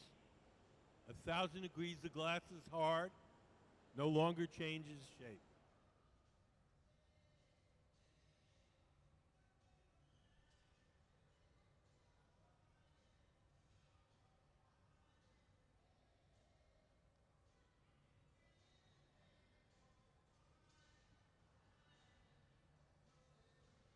So one of the glass blowers has put on some protective clothing. He's going to carry the finished piece to our annealing oven. The gloves and jacket are made out of Kevlar. Kevlar is a fire-resistant insulating material. It's also used to make bulletproof vests.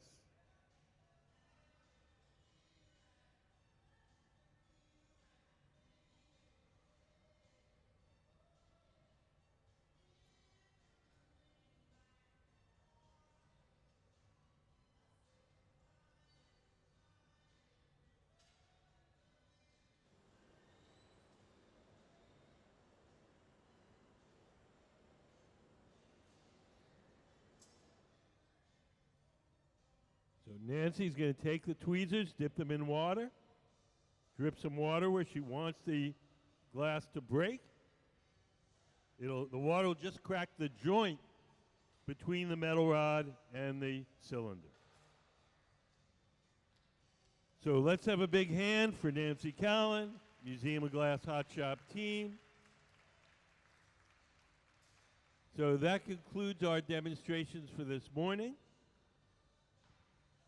We're going to take an hour lunch. We'll be back in an hour, and we'll be making the snowman. If anybody has any questions before I go, I'd be happy to answer them. Yes. Come on down so I can hear you.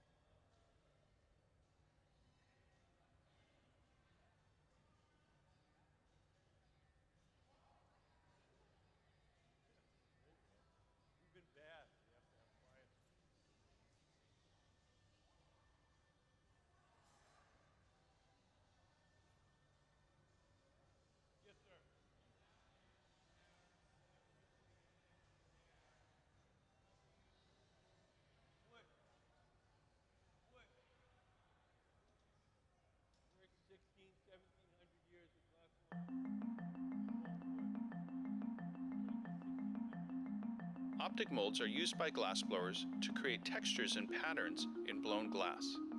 Nowadays, most optic molds are made from aluminum, but in the good old days, they were often made from cast bronze. They come in different shapes and sizes, depending on their desired effect. To begin, a bubble is formed and is shaped into the rough contour of the inside of the optic mold. The bubble is then heated, inserted into the mold, and blown with force. The resulting bubble can then be shaped into whatever form the artist desires. Today we're going to make an optic twist cup. So the bubble is held at the end while the pipe is rolled on the bench. This creates a spiraling pattern in the glass. The cup is blown to form, puntied up on the bottom, trimmed, and then opened up.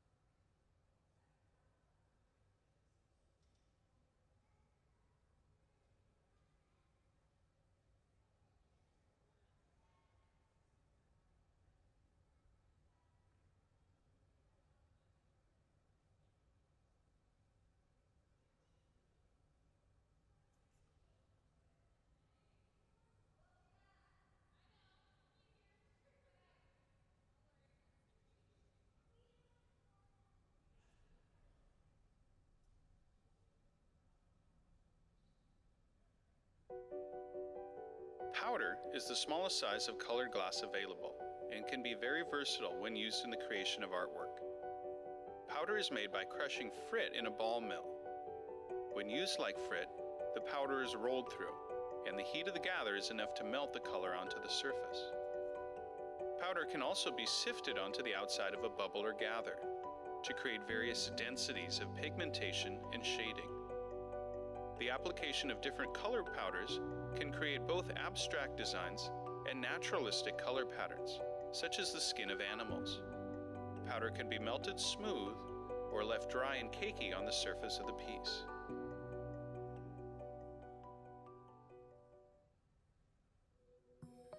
The color in glass comes from adding various materials to the mixture of raw ingredients called batch. Most of the colorants are compounds containing some kind of metal. For example, adding cobalt to clear glass creates a deep blue. Tin and antimony can be used to create white glass, and gold chloride can produce a rich red or pink colored glass. Colored glass is melted in furnaces, just like clear glass, and then is usually rolled into bars for storage and easy application.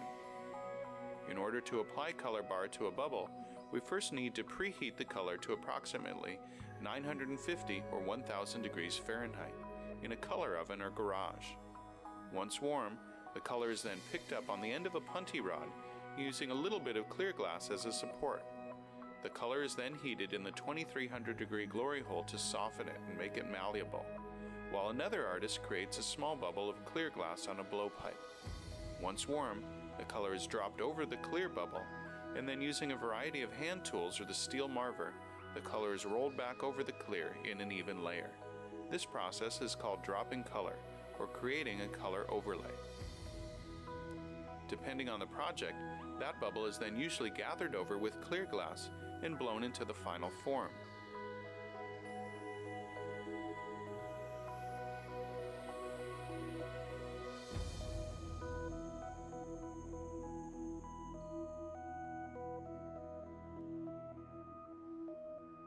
The finished product may appear to be all made from colored glass, but when viewed in cross-section, we can see that there is only a thin layer of color sandwiched between many layers of clear glass.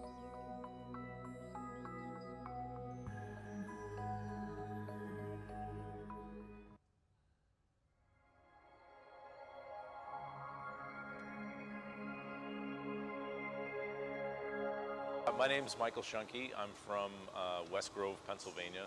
So it's a very, very small town, about an hour southwest of Philadelphia. My work as an artist who works with glass, the foundation of it is really in vessel making and in traditional craft. I learned to blow glass about 22 years ago. About a year into when I started, I had the opportunity to work with Lino. So the foundation of the actual process there is rooted in that Venetian technique. So I have this this link to craft and tradition that I don't want to break. I don't fight it, you know, it's part of who I am. I'm a goblet maker as well as a vessel maker, and I'm always going to do it. It's a big part of who I am. The inspiration for the Crucible series comes from a number of different places, but I spent a lot of time this past year in the city of Chicago. I went over to Millennium Park and I saw the bean. I think most people are familiar with the bean. And I had seen pictures of it, but I had never seen it in person. And it was really kind of an extraordinary experience because it was this object that was doing two things. It was drawing people in while simultaneously reflecting out. And that was a tipping point for me in thinking about these sculptures because the interiors of these, the cores, is something that is either mirrored or a very highly polished brass that reflects outward. So it's the interior of the vessel being reflected outward and also reflecting whatever imagery or engraving is on the exterior of the vessel. You know, zeros about, you know, things being neutral and just trying to stay even-keeled about things, or tally marks. I did one when I turned 40 years old. I was thinking about, you know, time just moving by. That one's pretty big. That one's like that. In the series that I'm working on this week at the museum, the Crucible series, I feel these things are decidedly contemporary sculptures or objects, whatever you'd like to call them, but in the vessel making part of them, or the veil part of them, the exterior, is rooted very heavily in traditional glassmaking. While I'm pretty specific about how the shapes should look, I'm not really tied to them being exactly, you know, this size or this curve or this proportion. It just gives us a starting point of what I want to look for. You know, and I think as most people who are like rooted in a craft background might be, that these curves need to be constant, you know, no flat spots on the curves. You know, this can't be like that. And then conversely on this one that's more like an hourglass or a cooling tower, the shape has to always be moving in. So I'm constantly, you know, doing that. And then when we're on the putty and finishing the shape, Josie will actually assist me in, you know, looking at it and, you know, just pointing out an area that looks a little flat. I think it looks good. Okay. I have not worked here at the museum before. This is my first trip, and hopefully not my last. Ben and Gabe and Nico are just the best help anybody could ask for. Back home, I have one, maybe two guys helping me out. I'm doing a lot of the gathering and the lifting, so to relinquish that to them is really wonderful. These guys are super skilled and they know exactly what they're doing, so it lets me focus more on the finishing. Here, I'm just gonna run the paper on that a little bit, you know? Yeah, just that whole waist. I just really like to thank the museum for the opportunity. It's really humbling, I'm really grateful, and I promise to make the most of it.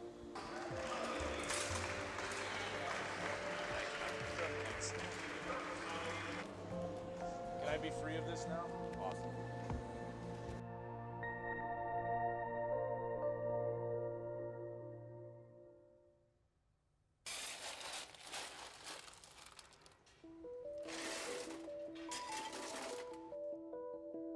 Charging the furnace is what we call filling the furnace up with glass.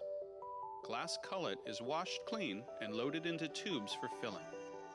Here at the museum, we don't use recycled bottles. Instead, we melt cullet that has been specifically designed to make blown glass art.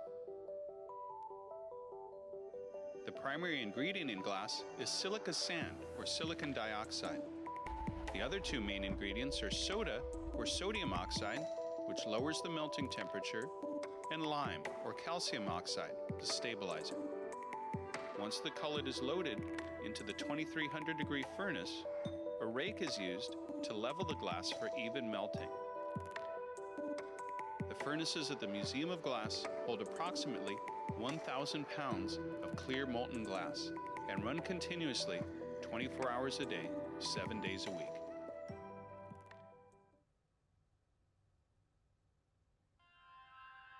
To fabricate a scale model float plane out of glass takes tremendous effort. Figuring out the exact proportions of the propeller, the length of the body versus the wingspan were all extremely difficult. The Legacy project started off as a collaboration between the Museum of Glass and the Murdoch Charitable Trust. We were commissioned to design and fabricate a glass airplane to commemorate Jack Murdoch. We started by overlaying two contrasting colors of glass that would later show the design elements in the plane.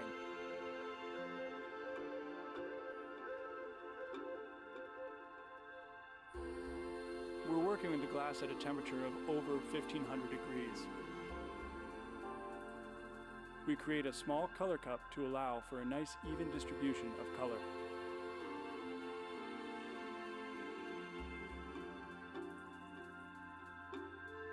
The colored cup was then stuffed with clear glass to give us enough mass to make the body or the fuselage of the plane. Glassblowing is a team effort. Here at the Museum of Glass, we're unique in that this team has been working together for over 10 years. Each member of our team played a specific role in the creation of the plane. We use a variety of tools to shape and design the body. As you can see here, we're using some cork paddles to rough it out.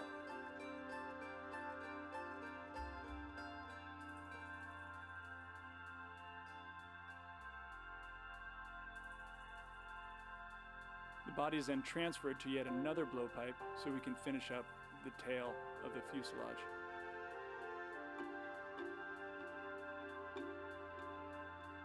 Using those same cork paddles, we give the bottom of the plane a gentle curve before it's put away.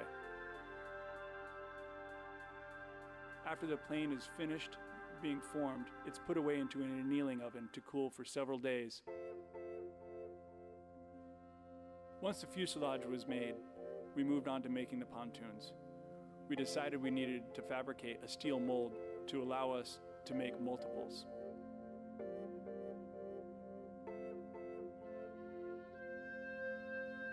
In order to have the pontoons match the plane, we used the same white color bar. This time, it is solid. The solid glass is then heated up to approximately 2,000 degrees Fahrenheit, and then it's pressed into a steel mold.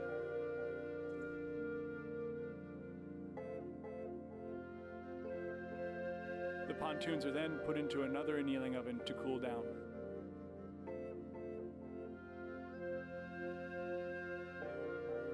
In our cold shop, the fuselage of the plane is now being ground or sanded down to remove any unwanted material.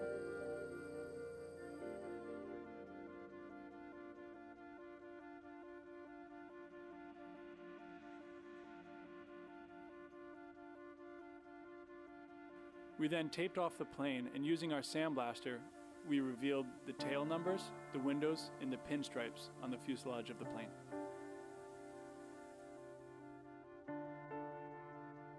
The sandblasting process is often very rewarding, as the color is quickly revealed, bringing life to the aircraft.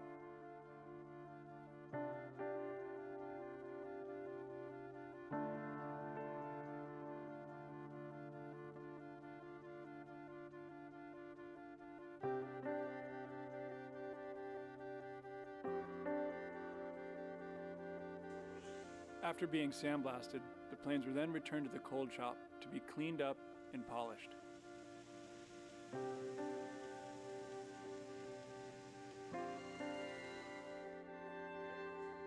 The wings, the vertical and the horizontal stabilizers were all water jet cut out of handmade sheet glass, again made from the same white color to match the body of the plane.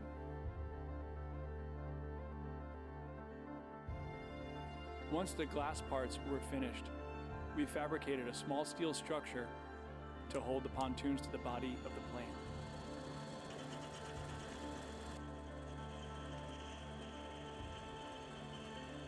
The nose cone was turned on a lathe while the propeller was carved out of a sheet of steel to make a fully functional propeller.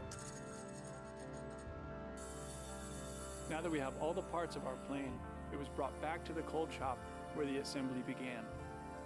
The vertical and horizontal stabilizers were notched out to fit the tail of the plane, while the wing was glued into place. The gluing process takes many hours. We start with 2 clean surfaces, apply the glue, and it sits for over 72 hours before a full cure.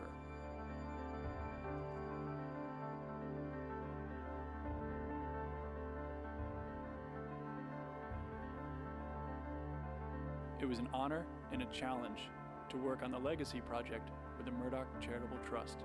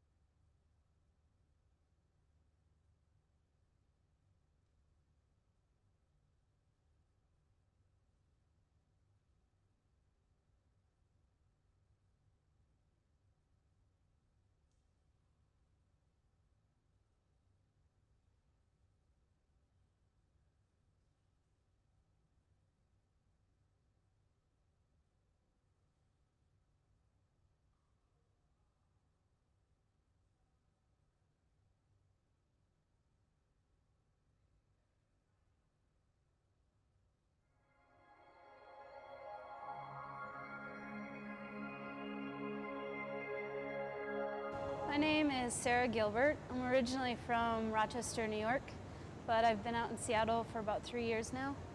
I work here at the museum, usually as the lead hot shop technician, but for the next 3 days, I get the opportunity to work on my own work. I'm going to work on 3 basic ideas during the residency, one being the ship in the bottle, another is a pattern form, and the third, I call it X marks the spot. Most of my inspiration comes from my background in animation, so tying that into my work. Stories, I'm very inspired by stories and funny moments. I like a little bit of sarcasm. A few years ago, I got into the idea of mapping and using that as an inspiration. And through looking at old maps and reading stories, I got into the idea of a ship in a bottle and telling a story through that, and kind of the disastrous moments that have happened through or on the water.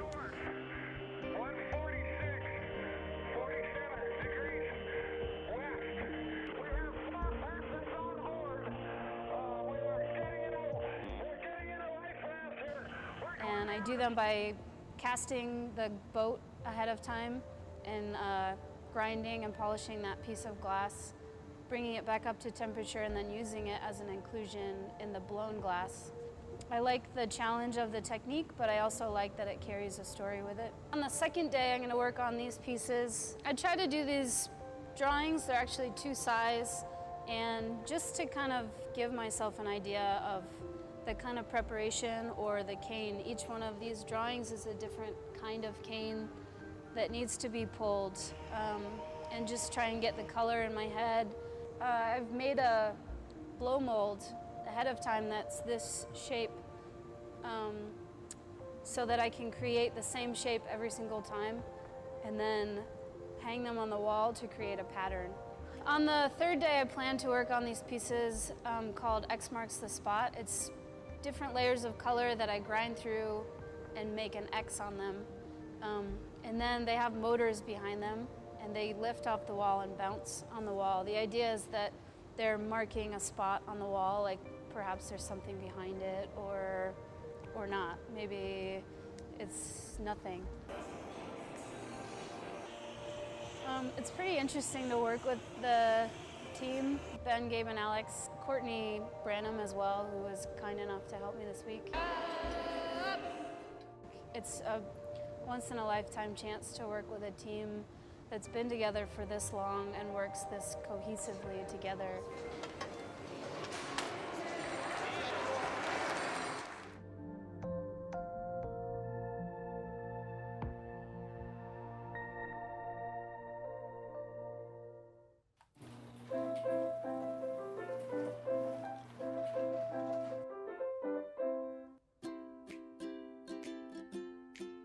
My name's Henry Johnson. I'm 12 years old. I enjoy music and art. The week the Museum of Glass opened, my parents became members, and I've been going there since I was born. Henry's our oldest child, and from the beginning he liked to design things because he would come up with plans, build things and figure out how things work. Exposing our kids early to art is a big priority in our family. I really enjoyed the Glass Museum at all ages. Like when I was younger, it was just cool. So there's like fire and not only exposing them to art, but also to actually watch real artists making art. Kids Design Glass is a program at the Museum of Glass where you're able to draw a picture and give it a name and a story about it. And then if your drawing is selected, it will be made into a piece of glass. Ever since I could really move a pen in my hand, I've been just doing drawings for the Kids Design Glass. The kids, they get into the studio and they've got to come up with this idea because they really want their design to be chosen. It's helping trigger that initiative for kids. It's really making them think differently instead of something being spoon-fed to them. They're coming up with this original idea. How many Kids Design Glass drawings do you think you've done? 30 to 40 drawings at least. Yeah. I was talking to him, he thinks it's a lot more than that, but I would say probably around 50. Like 124 or something.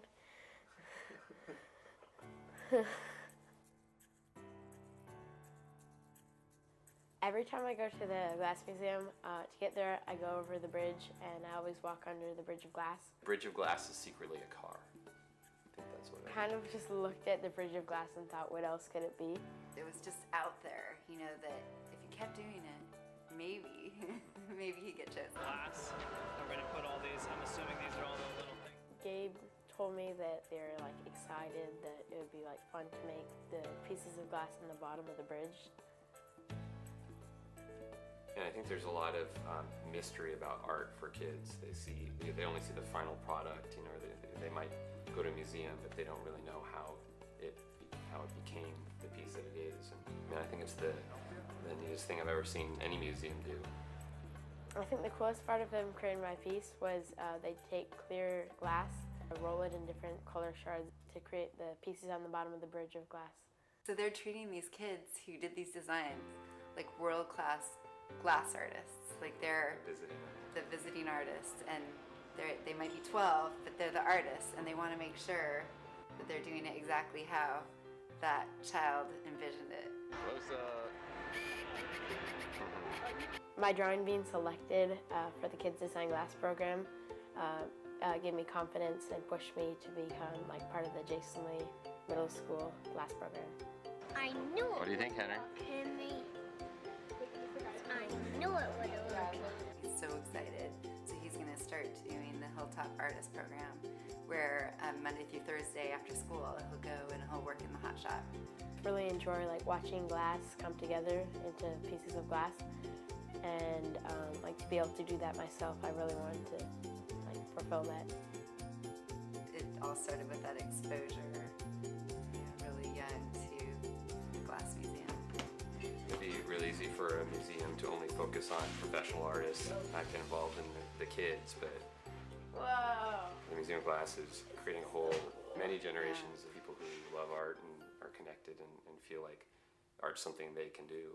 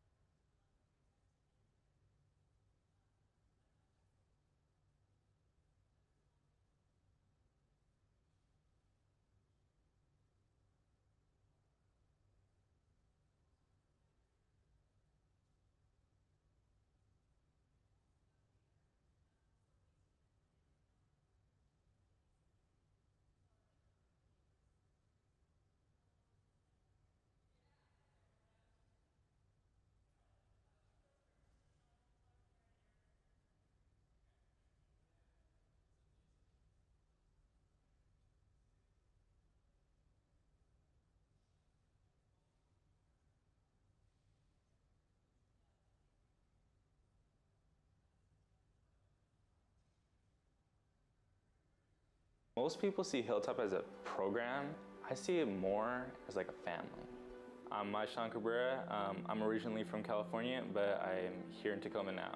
Well, at first, I was a little stoked that we like moved, but then like reality kind of hit me, and like I kind of thought, I can't see my family anymore, and like it was kind of depressing at first. In California, art to us was just basically like drawings and paintings and stuff. We didn't see any sculpting or anything like that, and especially out of glass, I've never heard of that.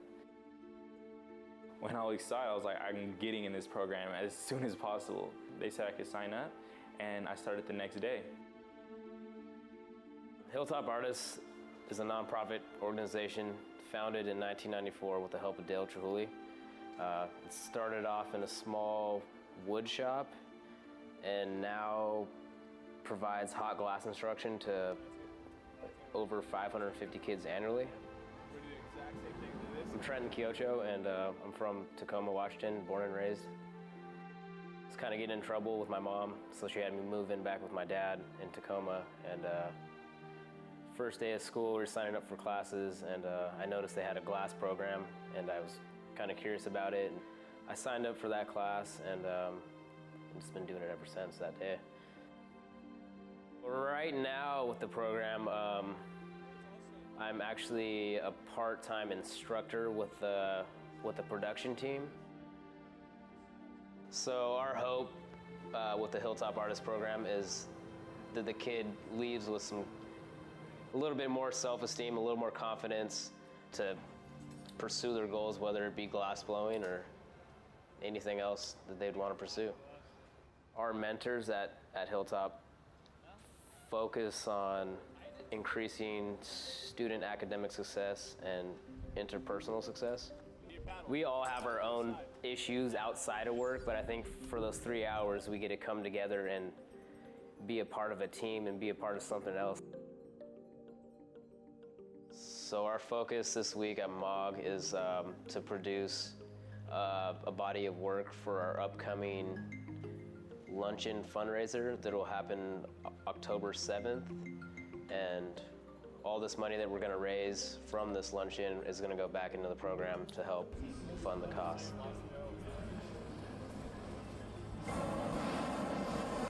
There's 3 of us on the floor, 3 people from the MOG Hot Shop team, and we're using the kids to help us make their auction pieces. Just in these 2 days, I've learned so much. Just they help you. If they see something they can help you with, they're like, oh, do this. I'm rolling up cane, and they told me, hey, roll up cane towards you, hotter, keep it. Simple stuff that I probably thought about it in my head, but I'm like, oh, I don't know if I should do this. Might be doing it wrong. But then they're like, do this, and it becomes easier. There is no limit to your imagination. You can do anything. Glass is just an example of it. There's always new techniques. People always say, oh, there's nothing new. There's always something new. Glass, I can work with somebody one day, I can learn a new technique. I wish there was something like that when I was growing up. I could have really used this, and now for me to be, on the side where I'm actually helping these kids, it's really rewarding, and I've never felt like I was a role model, and I definitely feel like I am now, so I'm trying to take that and own it, I guess. When I see the pieces in the museum, it kind of makes me want to be that person. I want someone to see something of mine and be shocked and surprised in how it's so detailed and colorful and big.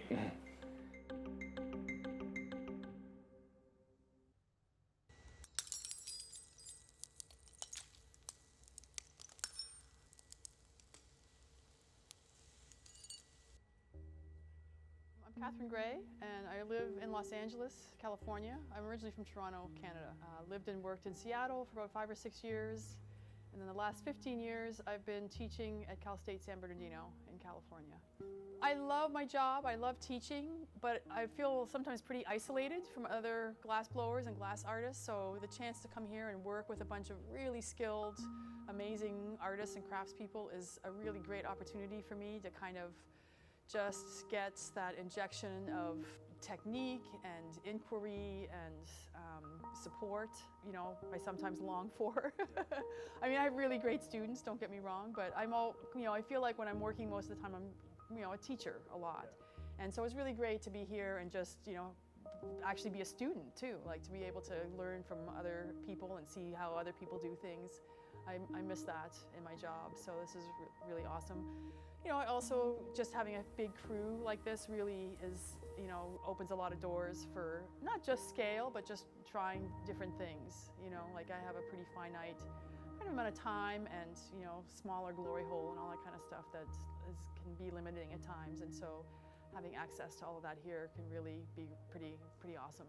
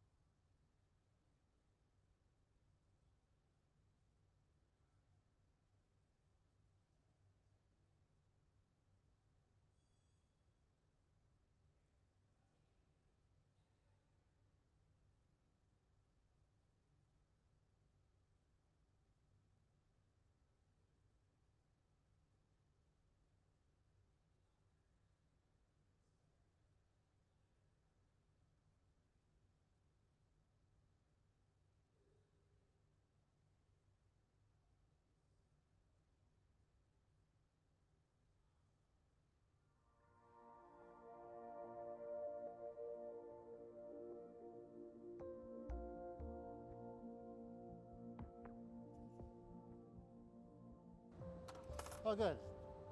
Did my fingernails. I'm Dick Marquis, Richard Marquis. I live in the Pacific Northwest. I've been 30 years on Whidbey Island.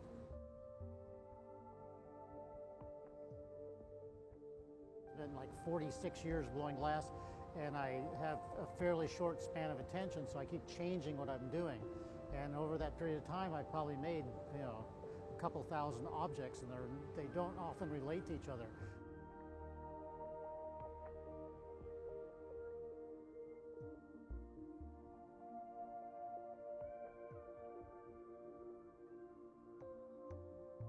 The last few years I've been working on this process called granulari, which is this lumpy, Italian lumpy ware.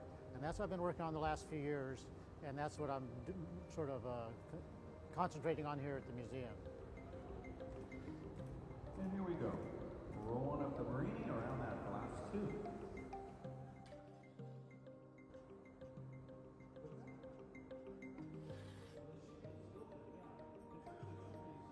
This has every color I've got over there, so it's a compatibility test. It's actually making something I need. Okay. Yeah. That'd be the clear. Yeah, I think it'll only probably be like this size. Granulari in Italian means granular or lumpy. And then what it is like this piece here, it's some hard glass, hard white glass surrounded by a soft glass of another color. And when you blow it out, it just becomes bumpy. It's sort of like blowing chewing gum with BBs in it. And BBs stay hard. And that's what I've been working with for a long time. And then it's something that's not exactly pretty. That's one reason I'm interested in it. Yeah. Very odd object. Like a studded tire. Yeah. All my whole life I've collected things, and I've never had enough money to collect really nice things. So I sort of have this collection of beat up objects that I like to arrange and play with.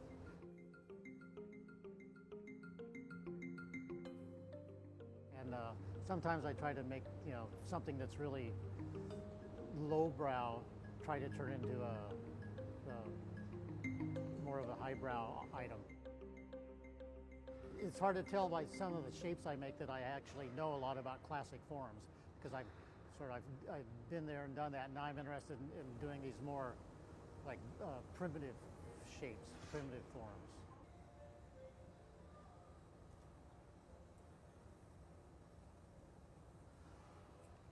Okay, these guys are very cartoony.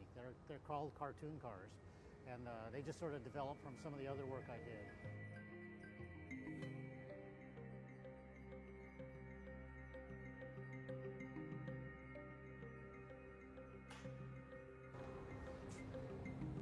And here we go. Get our visiting artist, Mr. Richard Marcus.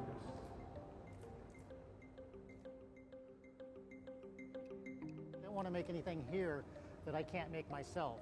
So I'm sort of limiting the scale I'm working at, and I'm just trying to streamline a couple processes I've been working on and experiment with a couple other shapes I'm interested in. And I've only made one of these things before putting it together hot. And so, and it was really hard to do, so I'm trying to streamline that process and see if we get 2 or 3 good ones. That's the most important thing. Then I'm making some other shapes that I'm interested in working with later. I won't finish anything here at the museum. It'll all be taken back to my shop, and I'll add things to it, and I'll knock back the shiny glass and make it duller, and just sort of, I'm not sure what I'll do with it. No, let's just sort of see what happens.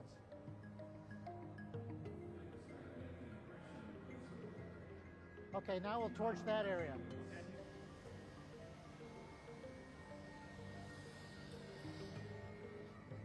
Good. I spent the last 9 days at my shop making the cane, preparing for this. And if we were really efficient and went really fast, we'd go through it all in 3 days. And I don't want to go through it in 3 days. I want it to last a while. It looks good. Somebody should suit up. So we're going to sort of, make sure we make really nice ones.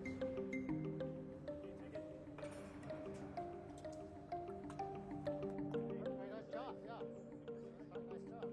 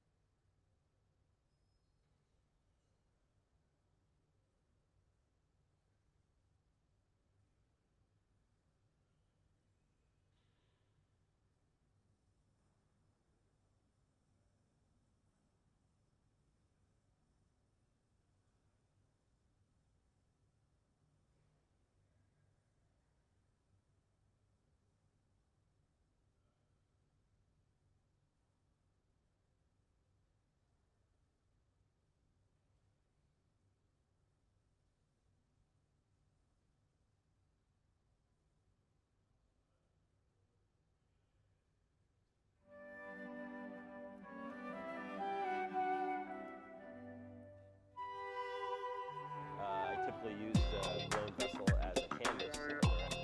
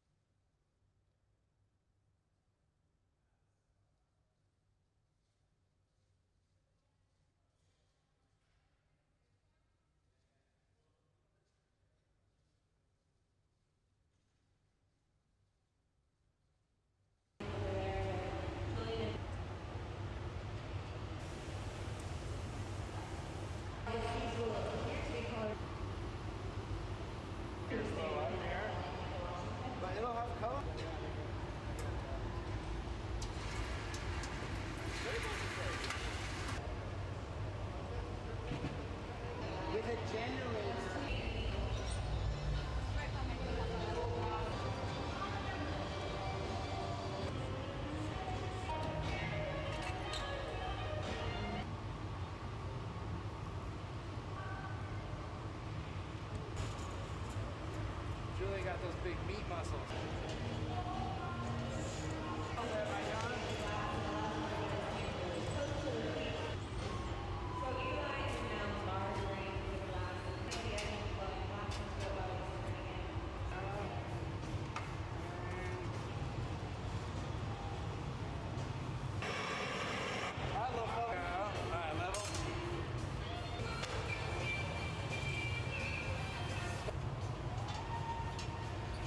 The next 3 months.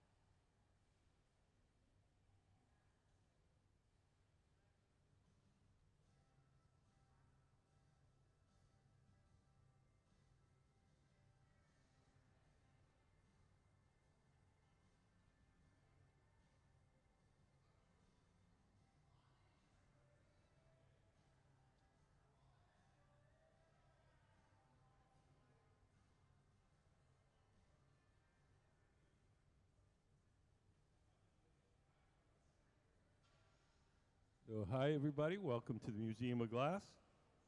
We have a very special guest artist today, Nancy Callan. Nancy's the woman in the gold suspenders. And every Christmas she comes here and makes one of her snowmen. So here's the drawing.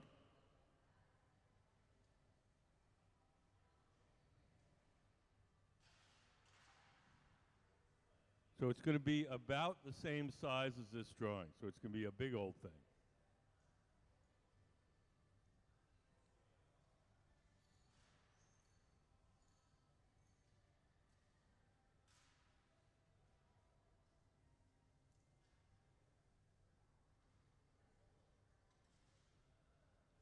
So I'm sure some of you have not been here before. So I'm going to give you just a very brief introduction to how glass blowing works. Everything that we do starts out in our glass furnaces. The glass furnaces are the machines where you see the doors closed. If you look up on the big screen, you'll see a diagram. That's what the furnaces look like inside. So each one of them has a big ceramic tank, and in that ceramic tank is 1,000 pounds of melted glass. We keep the melted glass at 2,100 degrees, and at that temperature, the glass has the consistency of honey. So if you can imagine a giant crock pot full of honey, that's what our furnace is like. When we want to get the glass out to make things with it, we take one of those steel pipes, and we dip it into the molten glass like you dip one of those wooden honey dippers into a jar of honey. So we dip it in, swirl it around. A little bit of the glass sticks to the end of the pipe. The pipe itself is hollow, so when you blow, the ball of glass blows up like a balloon. If you want to make something larger, we dip it in, blow a little bubble, let it harden, and then we dip it in a second time, or a third time, or a fourth time. And we just keep building up the glass in layers. All the glass that's in that furnace is clear. It has no color. We buy our colored glass separately in the form of these bars. We buy it like an artist buys paint, red, yellow, blue, pink. We blow a bubble of clear glass from our furnace. We heat up a little chunk of the colored glass, and then we melt a layer of the colored glass over the clear glass.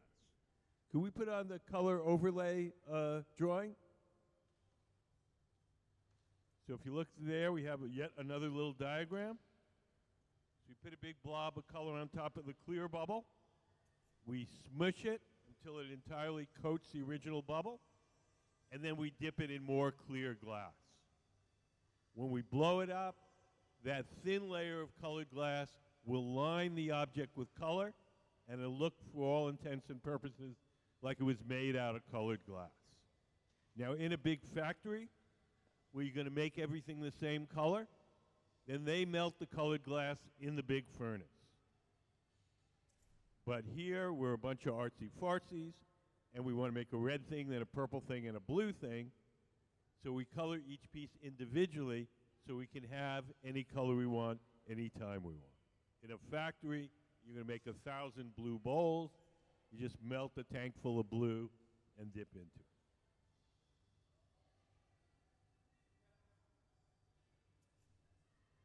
So for these snowman parts, it's a little bit complicated. We're going to make two bubbles. One with the stripes in it, and one with the black background. And we're going to stuff the black background bubble inside the striped one. Can we put up stuffing a color cup? So if you look up on the big screen, so the one that says inside color, that one will be black. And the one beneath it that looks like a little bowl, that will have the striped pattern on. So we have a black background with white striped pattern. So this is called stuffing a color cup.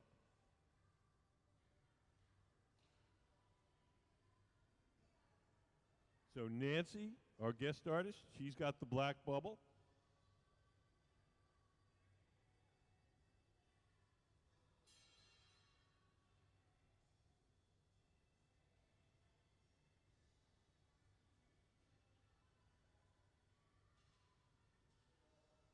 The pattern, see if we got any out here.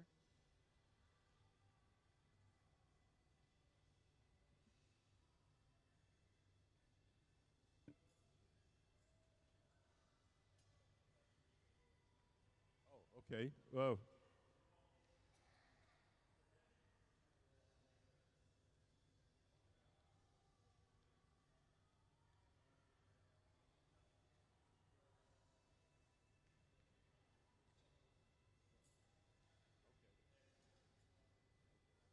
Great. So Ben just told me there's a little, we're going to make the head a little differently than we're going to make the bottom two parts. The bottom two parts will be made the way I told you. The head, we're going to put the pattern cane directly onto the black bubble. We're not going to make a separate cup. So there's, over there in the center, you can see we've got the pattern cane laid out.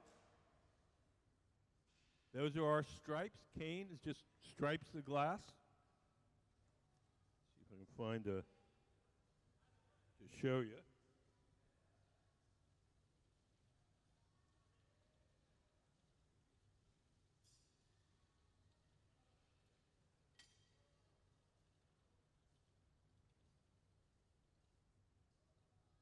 So these are the white stripes. This is called cane. And each of those white stripes was once a rod of glass like this. So we made a big, thick, clear cylinder. We melted the white stripes onto it, squished it, and then we came up with this.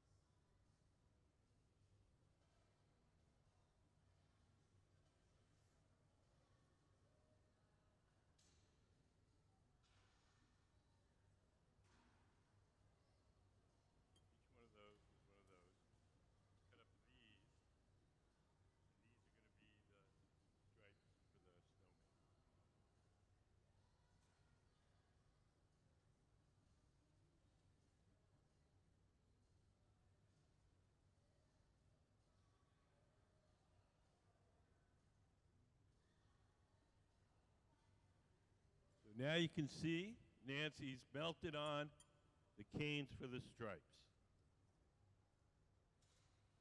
So just melt those in. We'll have the white stripes with the black background.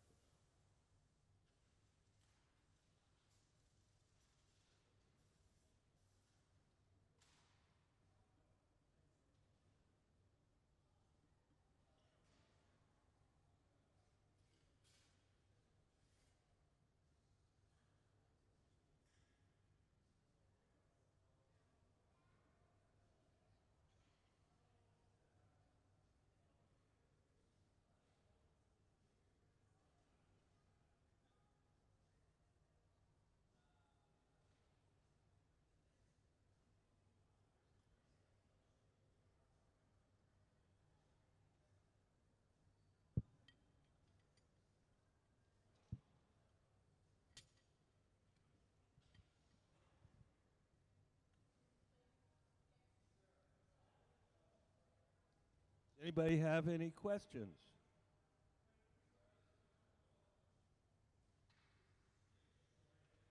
Questions are free.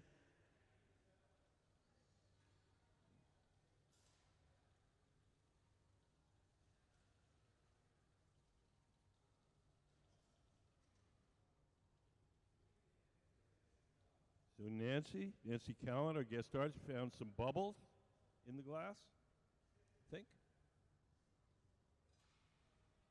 Oh no, I think she's just stretching the pattern out so it covers the end.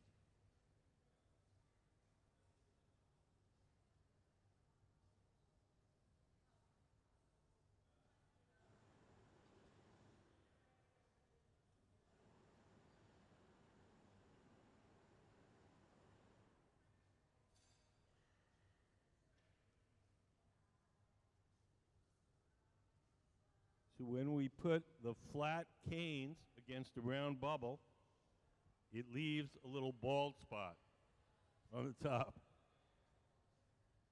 So Nancy's going to squeeze it down. She squeezes the bubble down. It'll draw the pattern in.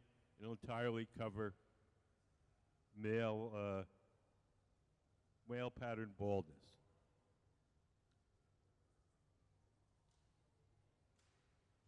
We'll just cut that little extra part off.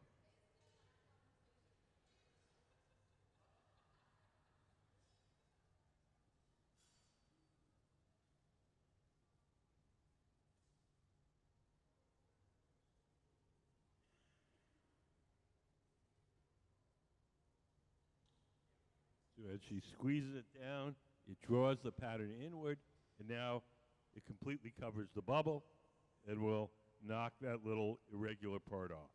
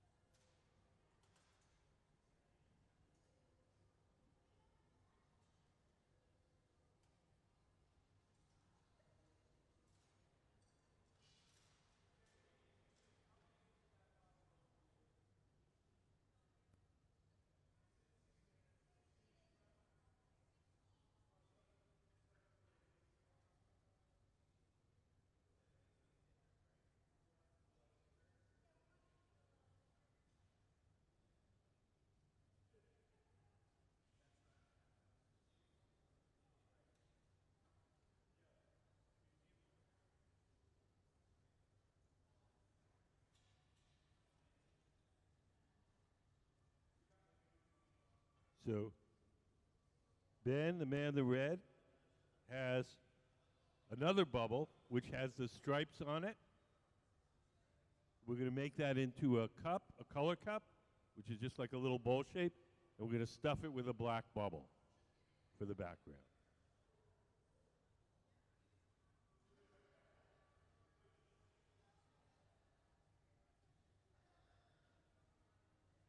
Anybody wants to take pictures, knock yourselves out.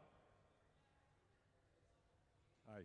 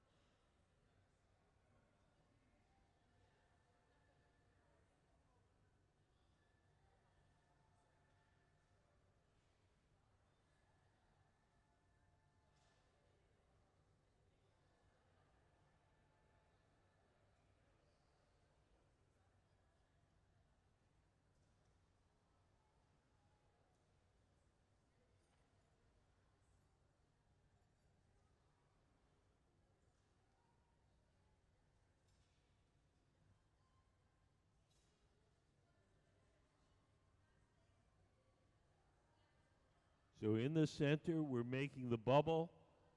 That's going to be the head of the snowman.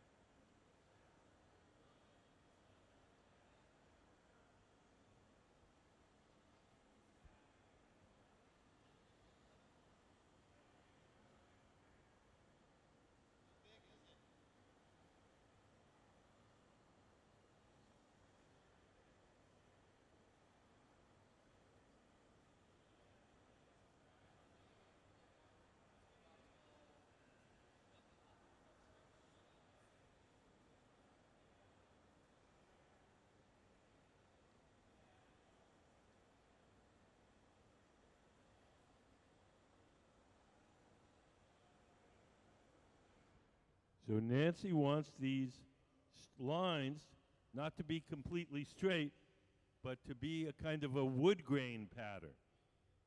So she's jabbing it with the tweezers and giving it a twist, and each place she twists it, the lines will curve kind of like the grain in wood.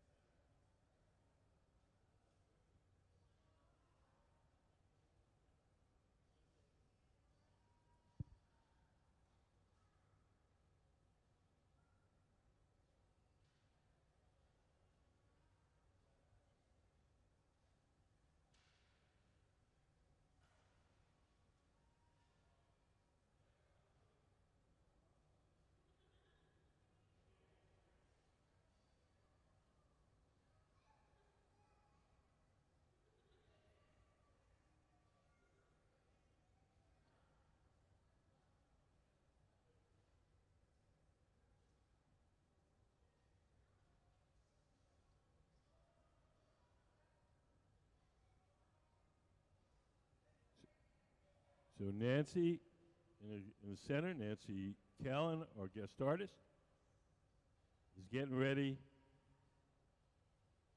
to attach the nose.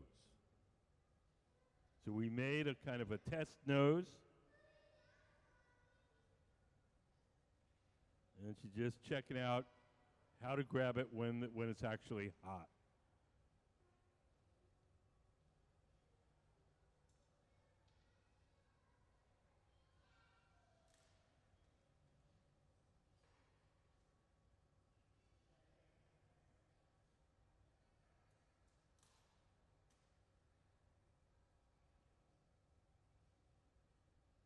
Does anybody have any questions?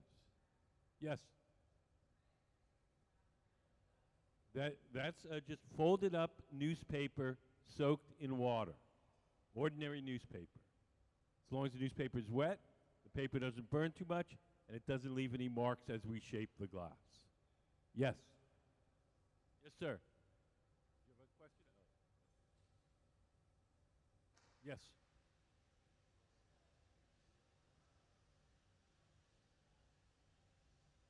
Okay. What's the temperature of the furnace? There's two kinds of furnaces. There's the glass furnaces that have the molten glass in them.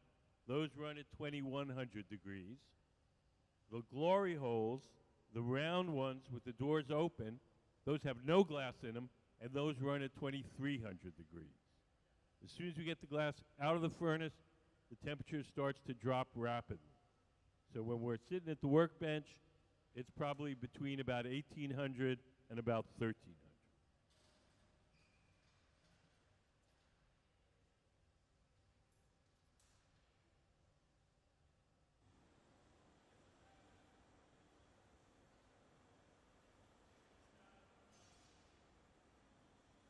Over here on the right,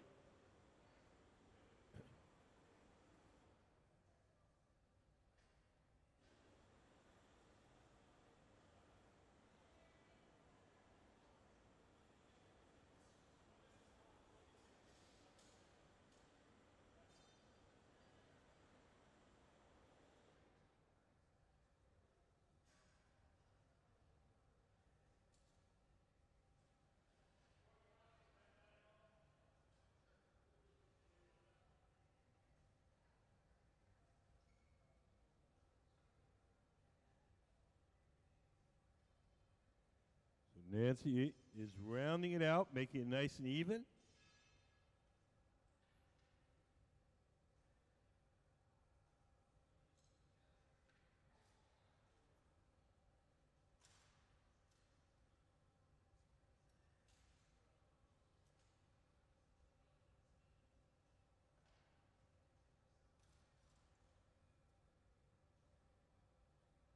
Over on the left, they're starting the bubble that's going to be the black background.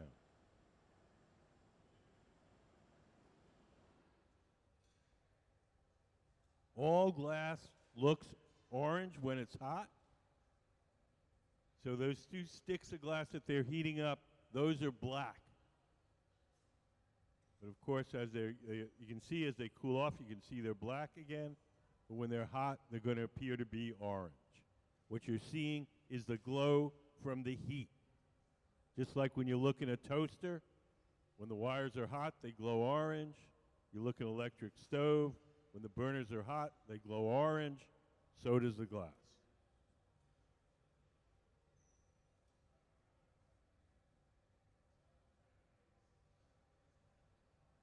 You're going to make the black bubbles that are inside the white.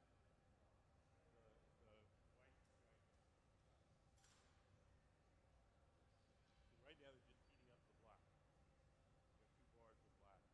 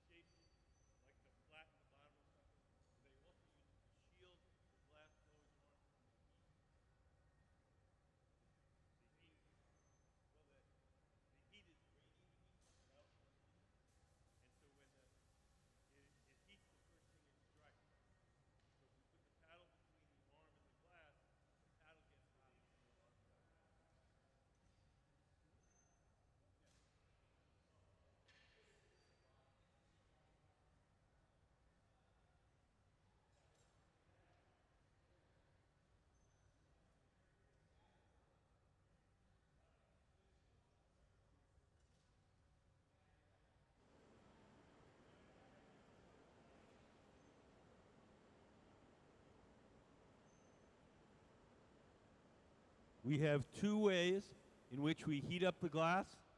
Sometimes we heat it up in the big round oven, the glory hole. Sometimes we heat it up with a torch. When we heat it up with a torch, we can focus the heat in a particular place. We can make just that part of the glass extra hot and therefore extra soft.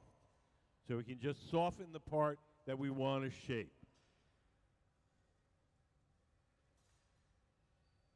So now Nancy is going to squeeze the glass and make a sharp crease in it. That sharp crease will be the place we can break the glass away from the metal pipe once we're done shaping. The tool in her hand is called the jacks, and making that crease is called jacking it down.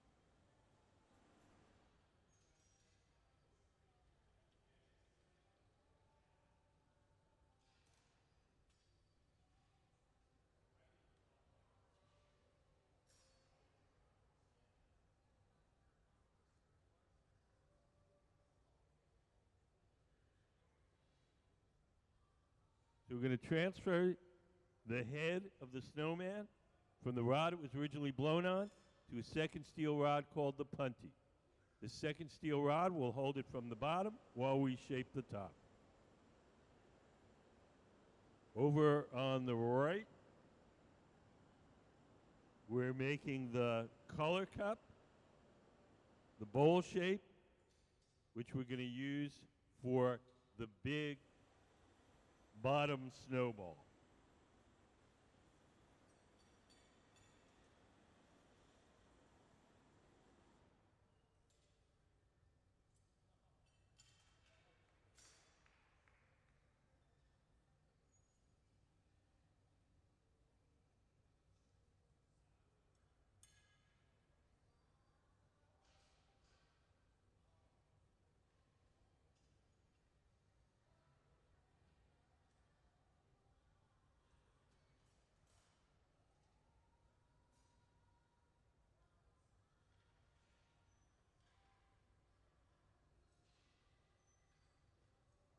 Has anybody got any questions?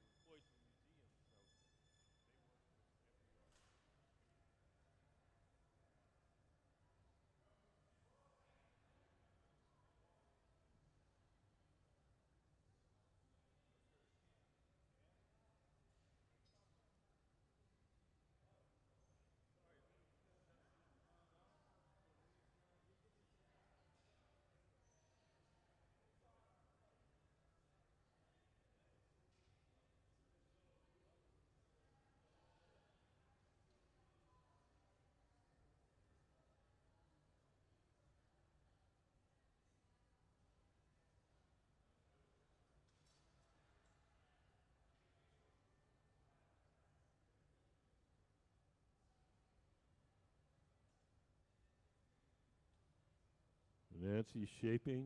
I think it's going to be the bottom of the head. That would be my guess.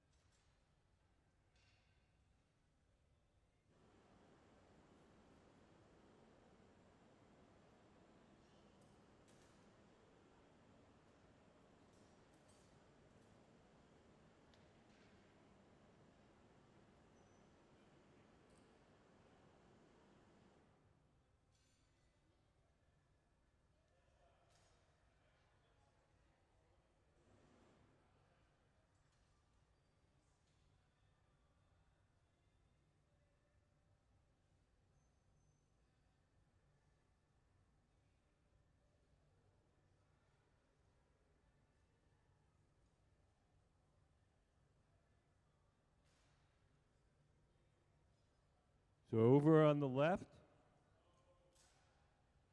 we're going to apply the black glass to the clear bubble.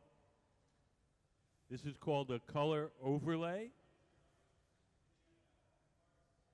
Alex in the black t-shirt, she's got the black glass.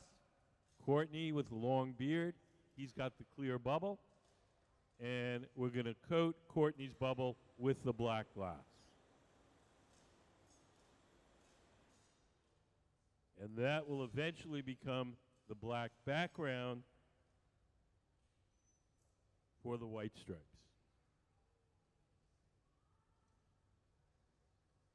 Yes.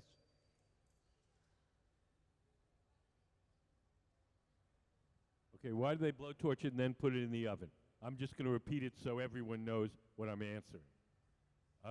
The torches allow us to focus the heat in a particular place. We can't do that with the big oven. Kind of heats up the whole object. If you heat up a spot and then you go back into the big oven, the spot that you heated stays extra hot. It doesn't dissipate. Because both the torched and the untorched parts, their temperatures raise at the same rate. So the torch part is still hotter than the rest of it.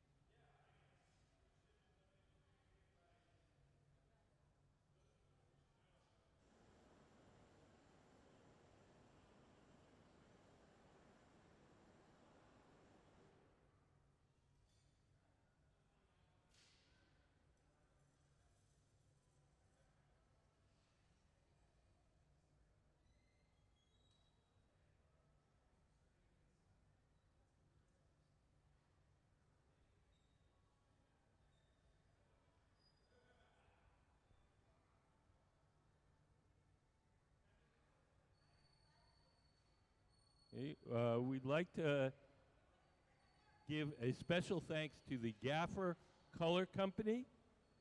They provided some of the color for this project. They sell the colored glass. They have like over 200 colors, beautiful colors, everything you can possibly imagine. And they've been nice enough to provide some color for this residency, so let's give them a big hand for Gaffer Glass.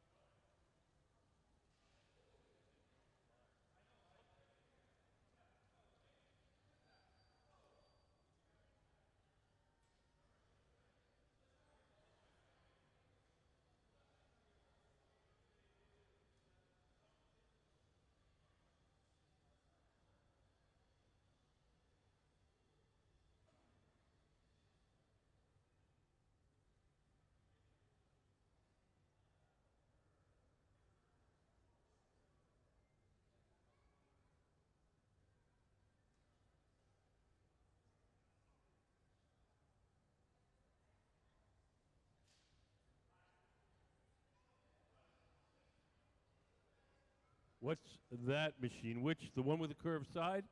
Or the one, the one with the curved side is called the garage. And we call it the garage because that's where we park stuff until we're ready to use it. It operates at half the temperature of the furnaces. It's an oven. And it's hot enough to keep the glass from breaking, but it's not hot enough to make it soft. So whatever goes in there stays warm, retains its shape. When we're ready to use it, we pull it out, heat it up a little extra, and stick the parts on.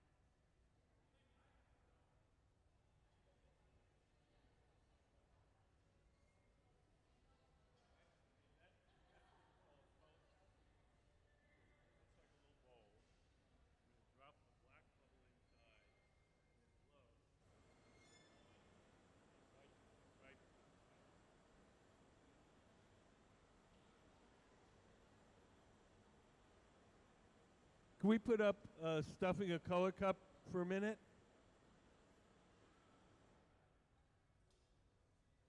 So if you look up on the big screen, that striped one over there, that's going to be the color cup.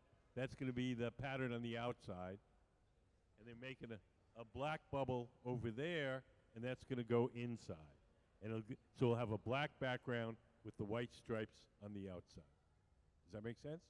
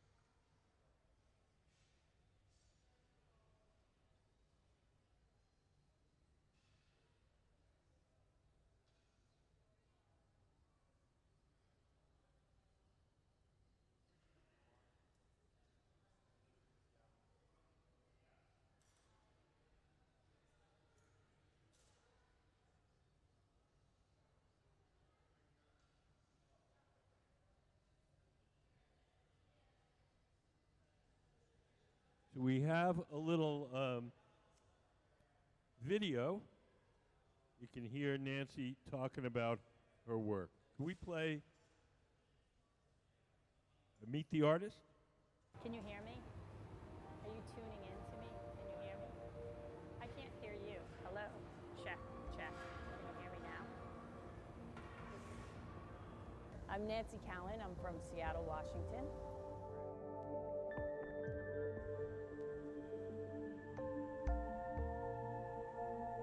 My focus as an artist is to create sculptural forms that are fun, playful, elegant,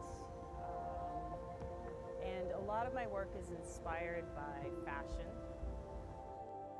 I look to designers and what's hip and what's happening, and also a lot of different patterns. My mom was pretty fashionable. She had some crazy suits when I was growing up, and I can remember she also had this canary yellow suit that was just fantastic. It was a skirt and a blazer and a hat with a feather. Well, I started blowing glass at Massachusetts College of Art, and I was a little bit older, so I knew that I had to learn from somebody that was really good. And I knew I wanted to be a really good glass blower. That was like a driving force for me. And so I took a class with Lino in 1996, and I think he saw that I was really enthusiastic and very dedicated to what I was doing. And he told me to move to Seattle, and it was my dream to be able to work with him and be the person that like picked up the cane, that pulled the cane and did all that stuff. So that's my main gig now. You want it right here. Okay. For me, having him have the confidence and the belief in me to do that for him, that was pretty huge.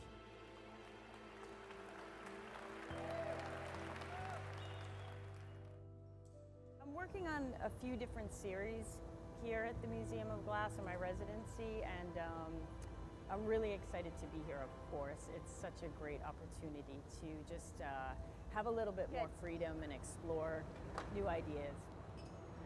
Which side wants to go? This one right here. Right now I'm working on this pattern right here. And there's some cane in it, but there's some other like color fields that I want to try and figure out how to get to those. Here's one of my drawings that goes with the pattern. This is what the piece is going to look like. And I haven't decided on which top so I like to draw everything out, and so I can play with different, to see what I like for different tops on these things.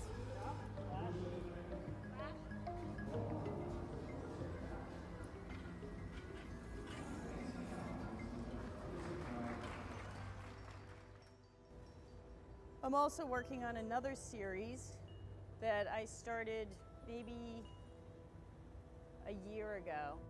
I'm really attracted to this form, and I'm trying to figure out different cane patterns to use on it. And I've been doing this new cane pattern where I cut the canes up really small.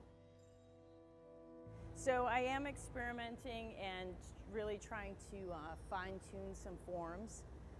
I'm really interested in graphics and like a wide band of colors. I was really inspired by superheroes and their costumes. So this piece we're going to do today, and I'm not sure, I think I'm going to go with the all white and black.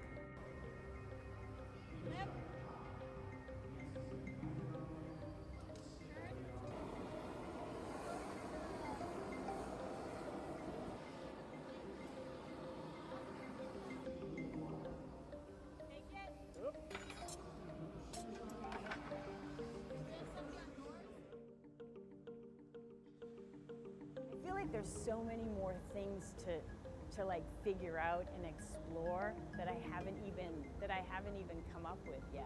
There's looks that I want to achieve that I haven't quite been able to figure out yet, and it's like, you know, with glass blowing, I feel like you learn something every time you do it.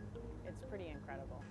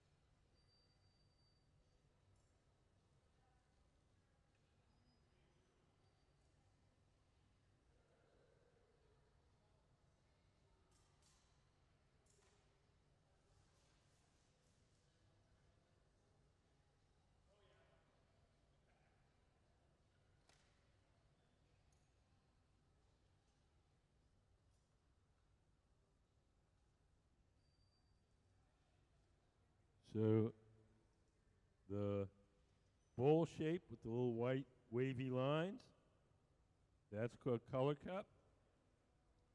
The bubble that they're making in the center, even though it looks orange, is black glass. The orange color you're seeing is the glow from the heat.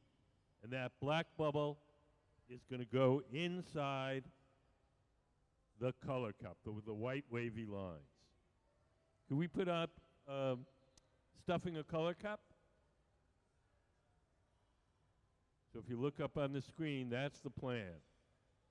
We're going to drop the black bubble inside the color cup.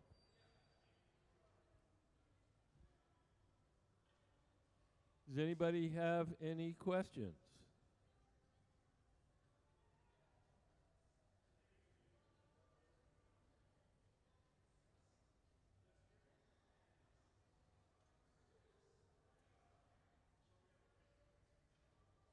Which one? The corner? They're making another black bubble to go inside another cup for the middle.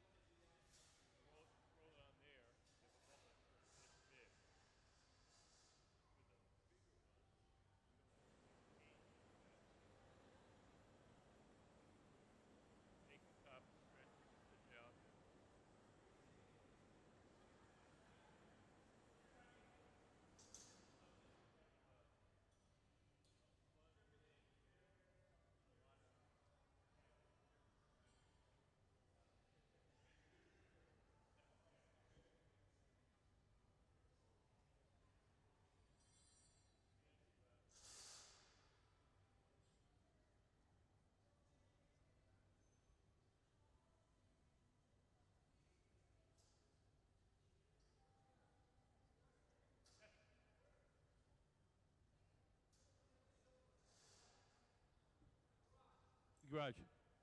That keeps things warm. Well, the garage keeps things. Oh, I don't know what it was. I wasn't watching. Is the head? The head.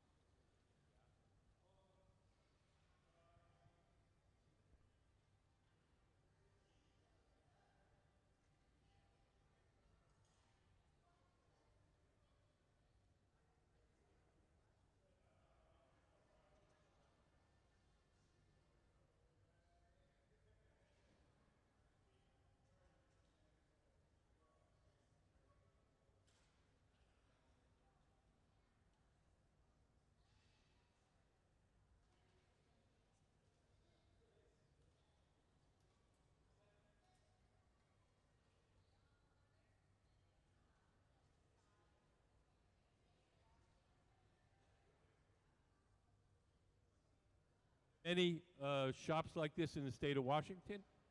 No, not really. Not this elaborate. There's lots and lots of glass shops, but they're usually smaller.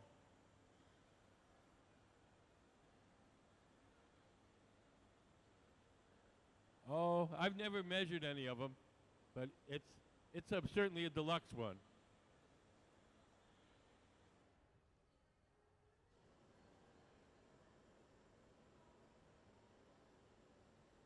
Wait till the torches go down. I'm having trouble hearing you. Okay. You know, there's two kinds of ovens. There's the glory holes, the round ones with the doors open. Those have no glass in them. They're just for heating and softening the glass as we work. And then where the doors are closed, those are the glass furnaces, and those have big tanks of molten glass in them. Can we put up the furnace diagram? So that's what the furnaces look like.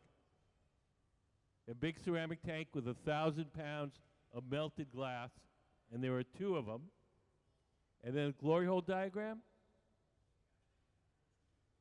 That's what the glory holes look like. They're just a brick barrel with a gas burner in the side.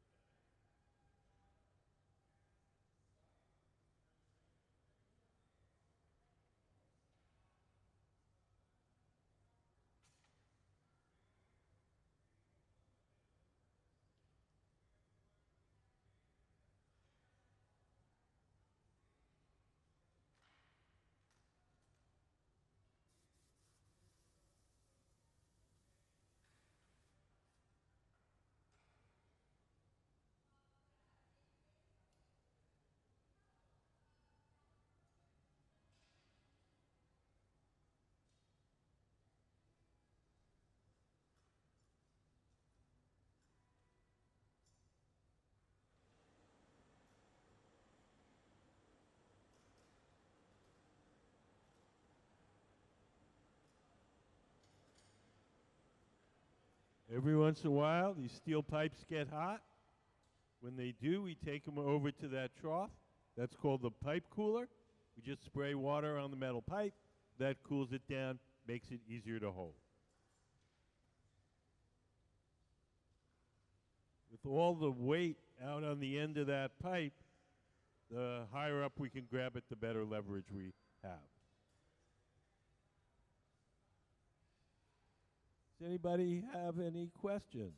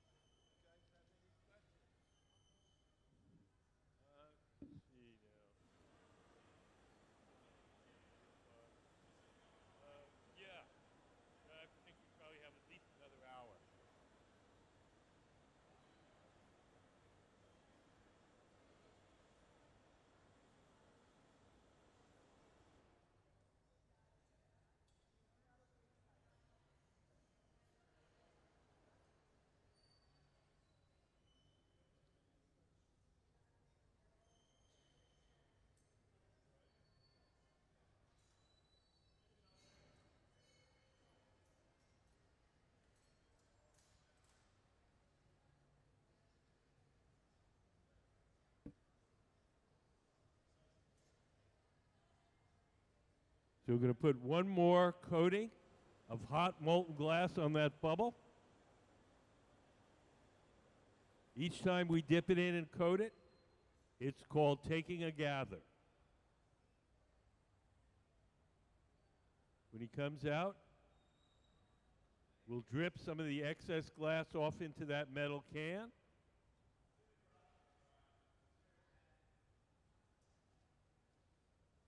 We'll save that excess glass, and that'll go back in the furnace eventually.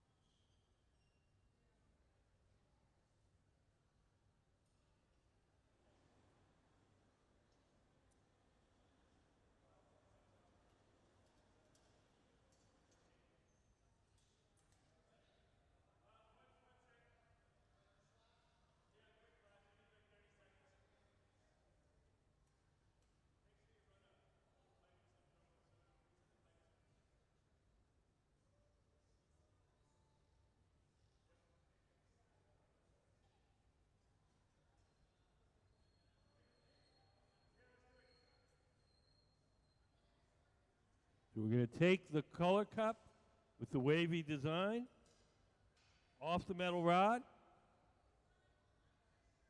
We'll place it in the metal stand, and we're going to fill it with the black bubble. This is called stuffing a color cup. So the interior bubble will become the background color.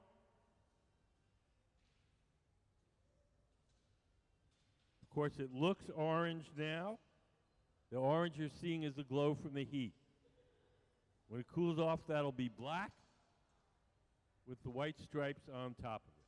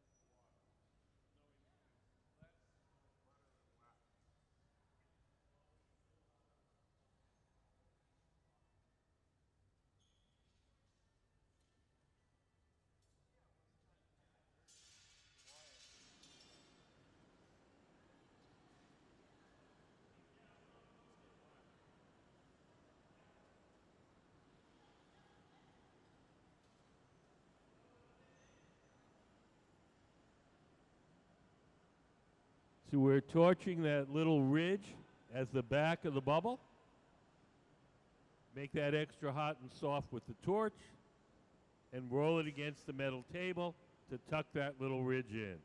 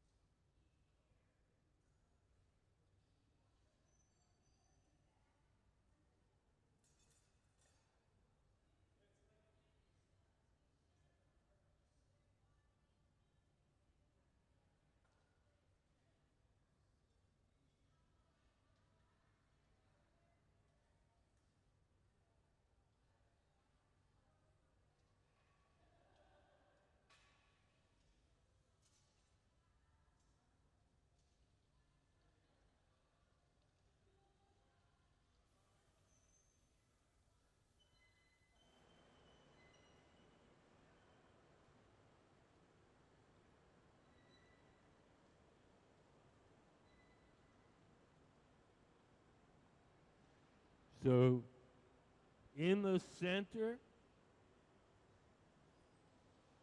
Ben, the gray shirt, he's got the bubble for the big snowball. Over on the far left, they have the color cup, just the pattern, for the middle bubble. Nancy, in the gold suspenders, she's got the black bubble that will go inside that cup. And the head is already blown. It's sitting in the garage waiting.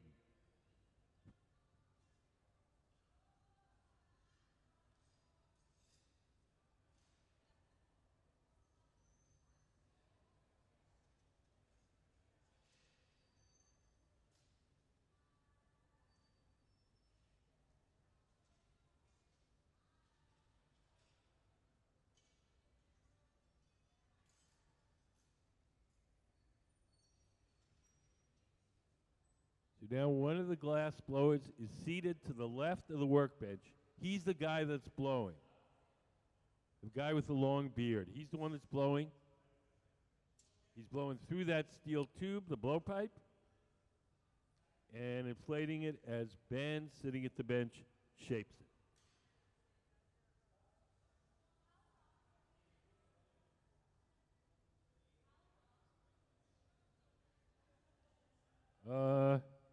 Well, we haven't made one yet, so let's see. We've been working on it for about an hour and a half, but we pre-made some of the parts, so we probably have a couple hours in that. I don't know, the whole thing 5 hours or something maybe. Well, we don't make it all at once, beginning to end. Like we made that cup, the color cup with the wavy pattern, we made that yesterday.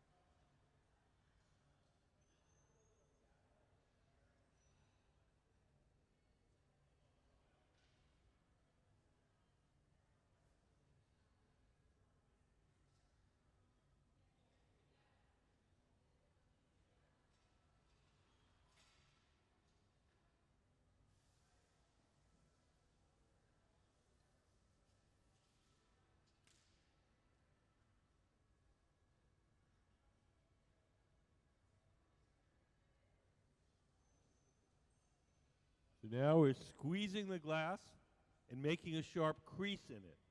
That sharp crease is a place we'll be able to break the glass away from the metal pipe. So Ben, sitting at the bench, is squeezing it with a tool called the jacks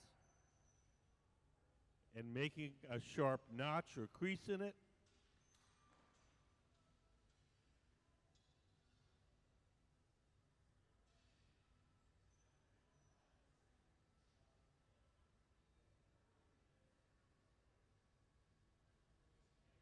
He's using a torch called the hot torch to warm up just the place where we're making the crease.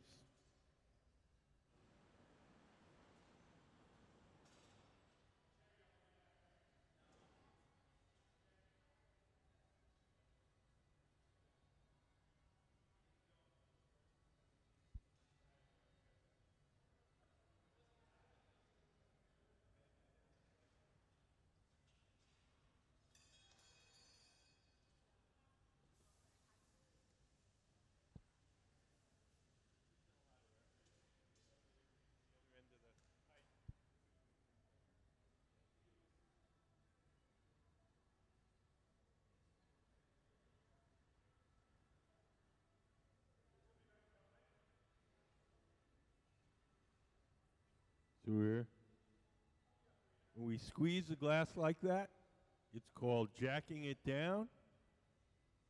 And the tool, the metal tongs, are called the jacks.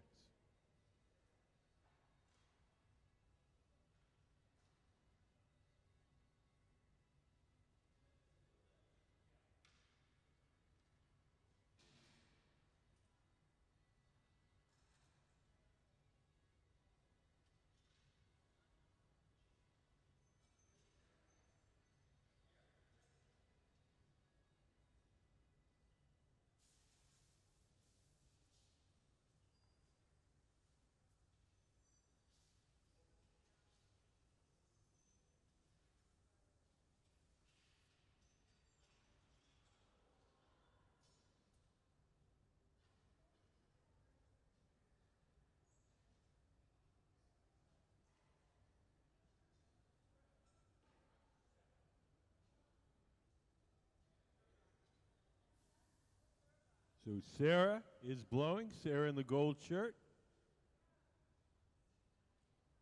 as Ben, standing up, shapes it.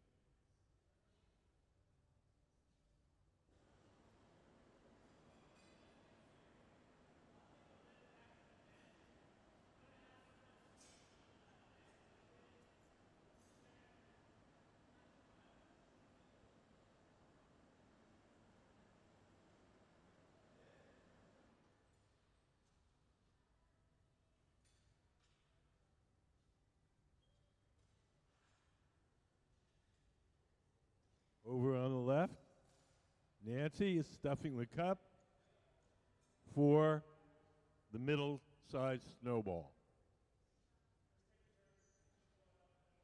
So with this bench, they're making the big bottom snowball. On the left, Nancy is making the middle-sized snowball.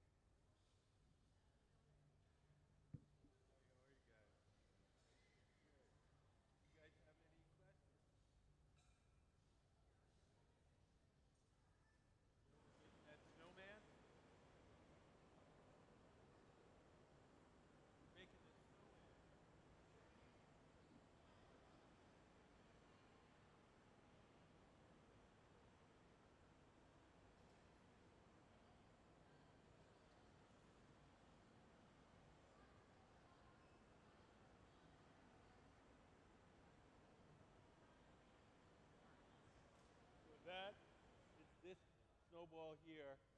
That is the big snowball at the bottom.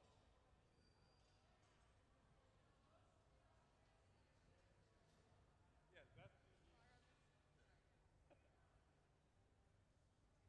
be the one she's making here is going to be the middle one. The one that he's making over there is the big snowball. And we already made the head, and it's staying warm in this oven over here.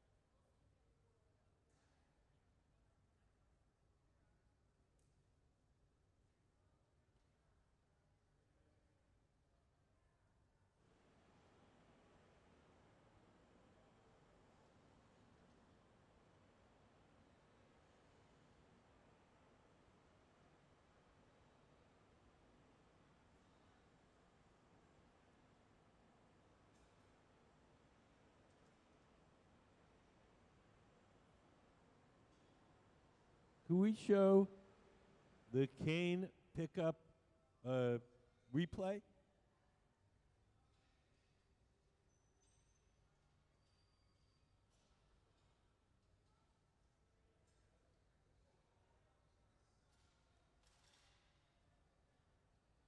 So if you watch up on the big screen, this is how we picked up the stripes.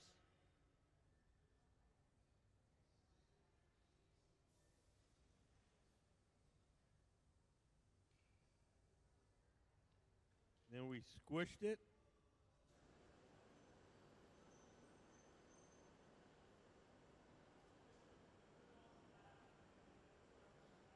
We had with stripes on both sides of that mass.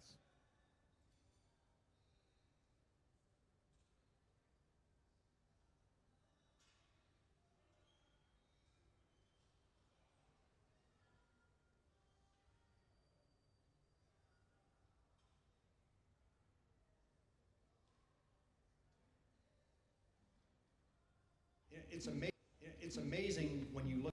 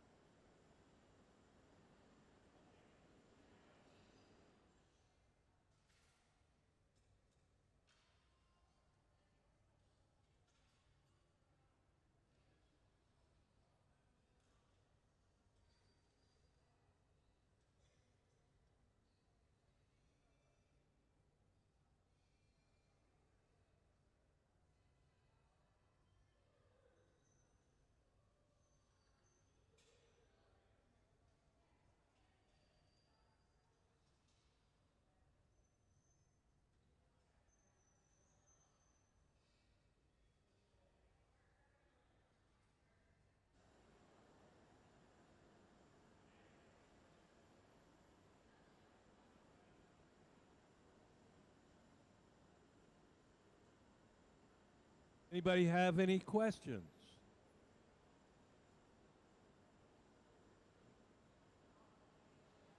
Yes, the head is sitting in the curved oven with this in the middle of the studio. I don't know if they made the nose yet.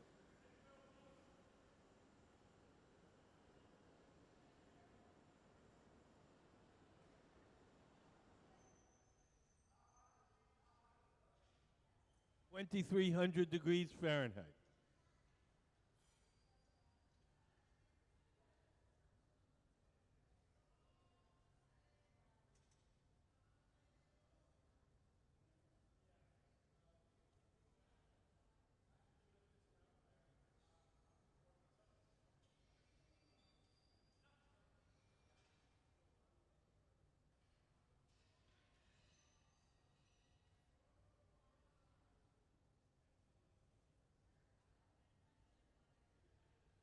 Yes, ma'am.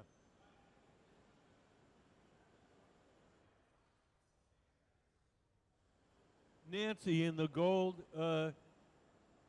suspenders. Nancy Callan. She's our guest artist. She's in charge of the team. This is her design.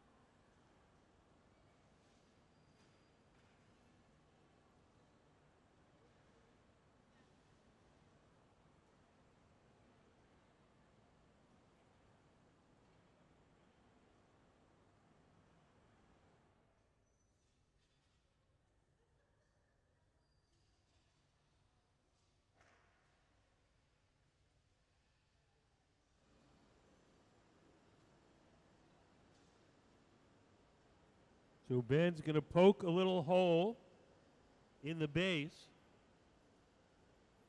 We're going to attach another pipe over that hole so that we can blow into these forms and keep them inflated as we assemble the snowman. So we'll have a similar hole in the bottom of the middle snowball. So have a hole here, a hole here, and a hole here. And that way we can keep the whole form inflated as we assemble it.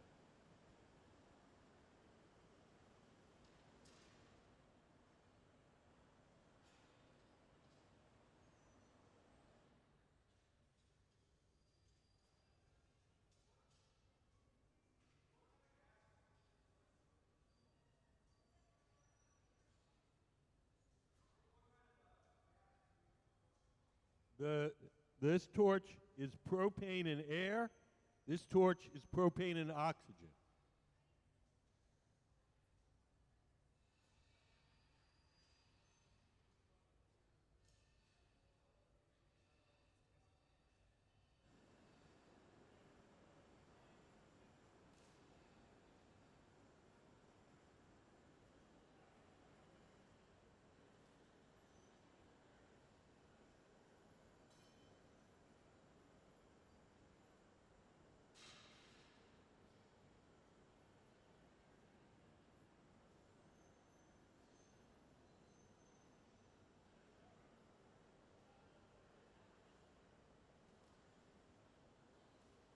So over on the left, we're getting ready to punty up the middle snowball. Alex, sitting at the bench, is preparing a second rod called the punty. We're going to use that as a handle.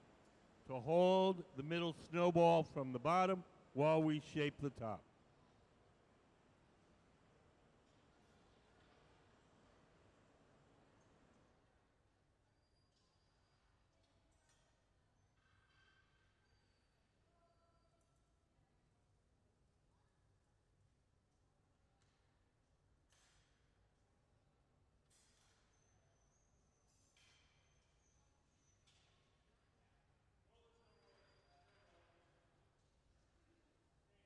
We're going to chalk a little circle on the base so we know where the center is.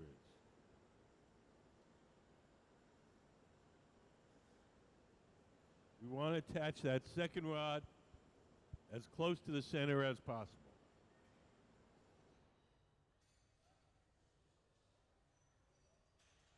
You guys have any questions?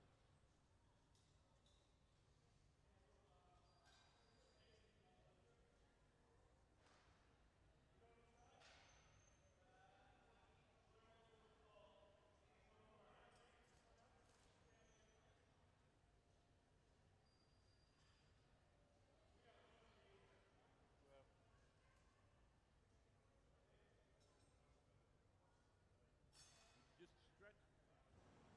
Use cold glass. Skin. Make a hole. Then you put them in, and then on that.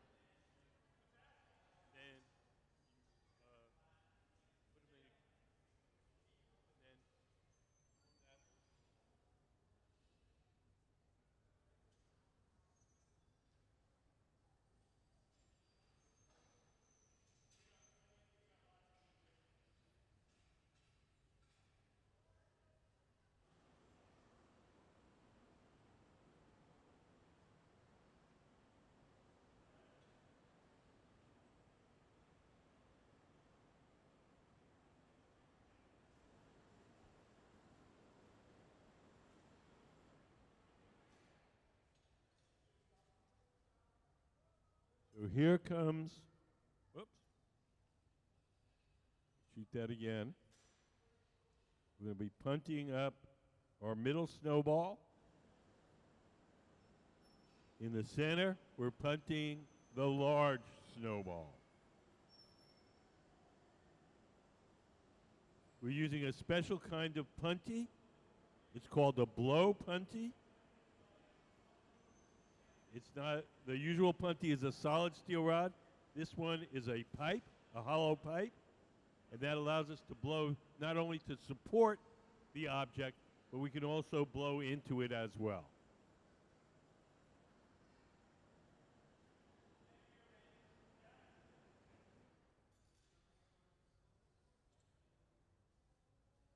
Put a little water with a wet file, score the glass.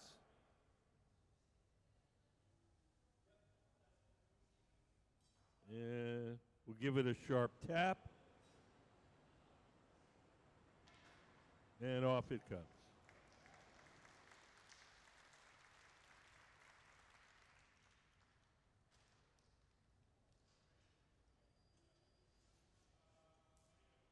Doing the same thing on the bench on the left.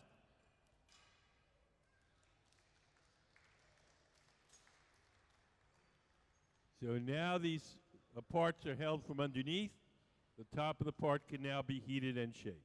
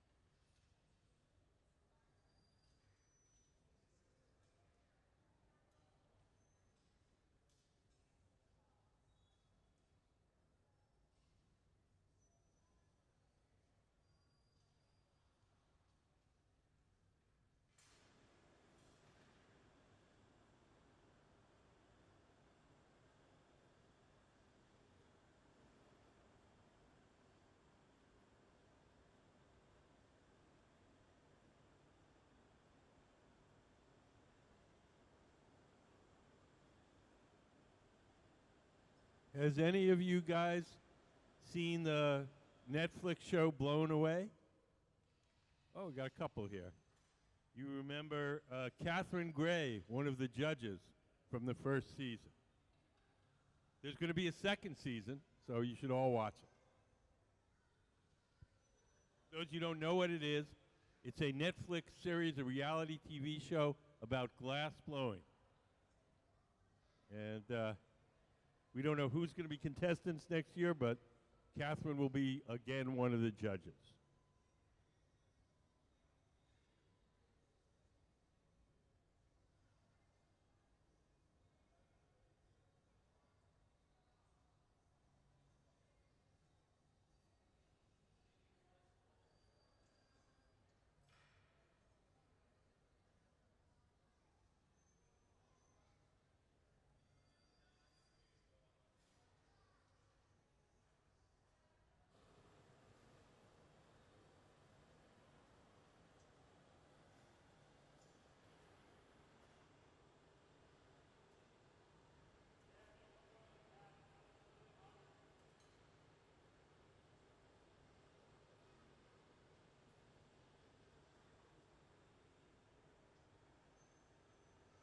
So we want to stretch out the front end a little bit. So we're going to use what's called a puntetto. We made a little disc of glass.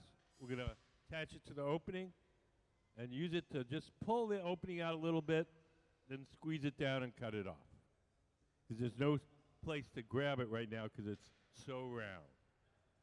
So we're just going to grab it out with the puntetto, stretch it out just a little bit, and then jack it down. Sarah in the gold shirt has the puntetto.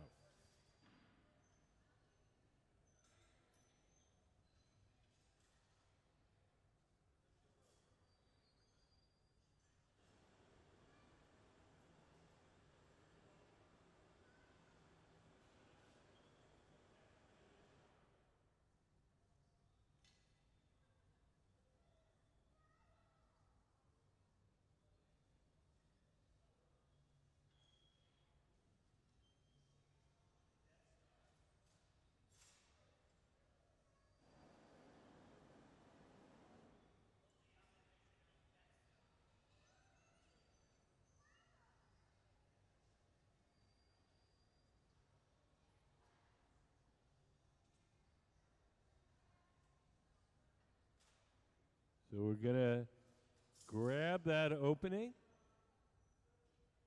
with the second disc of glass. Going to pull a little bit. And then we're going to squeeze.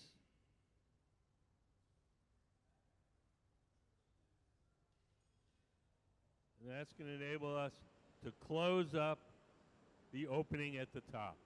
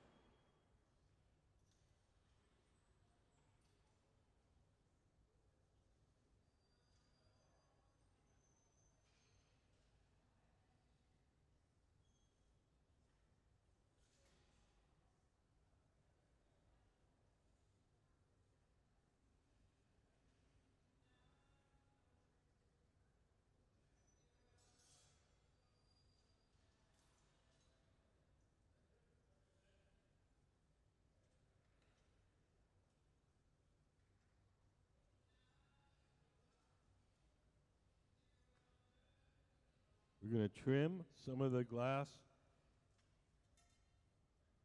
off at the very top.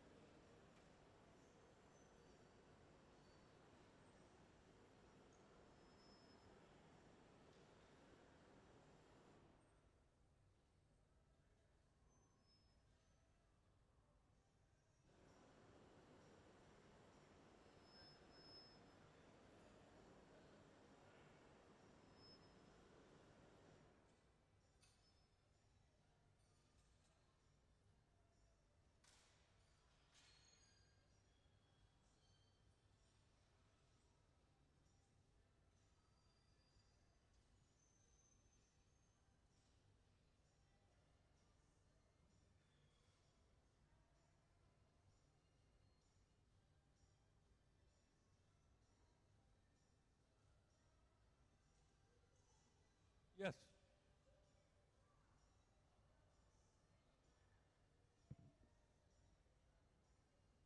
No, no, no. We made the colored parts right at the very beginning. So right now we're just, yes, we were just, that's going to be the bottom snowball. Nancy on that bench is making the middle snowball. And the head is already made and in the silver oven. We're going to finish these two, put them together, put the head on, stick the nose on, and then we'll be done.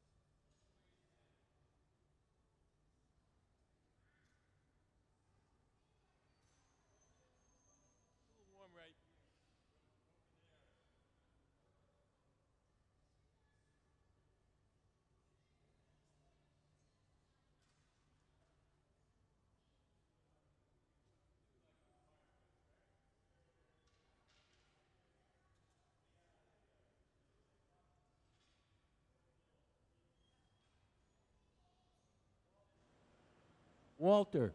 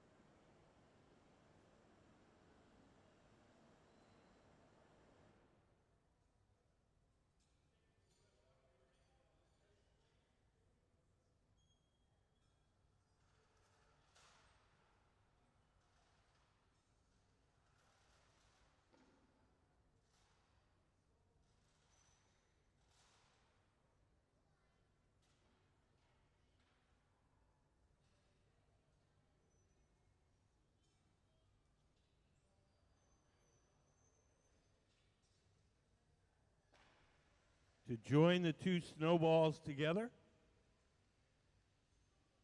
Hot glass sticks to hot glass. So we'll heat up the two places where we're going to stick them together. We press them together, they'll be stuck on forever.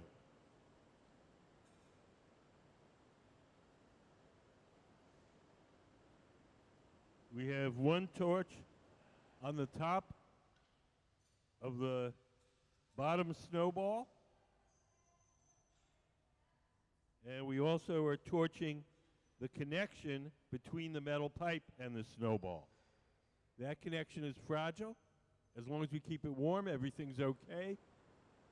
If it gets too cold, it'll break and the whole thing will fall on the floor.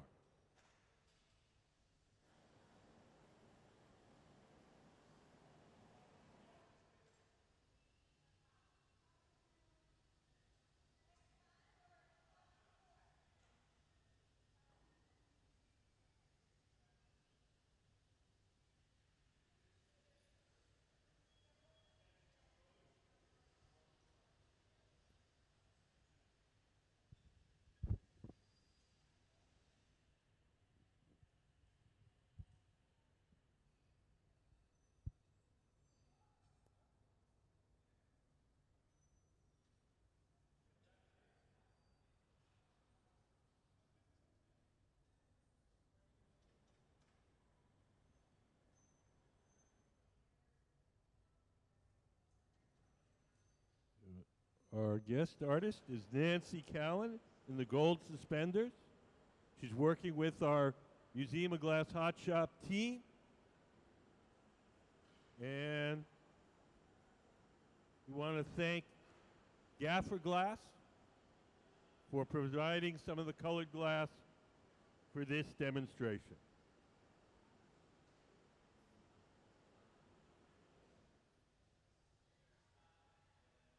Gaffer has an amazing variety of colored glass. We get these kinds of rods from them. We get them in maybe 200 different colors.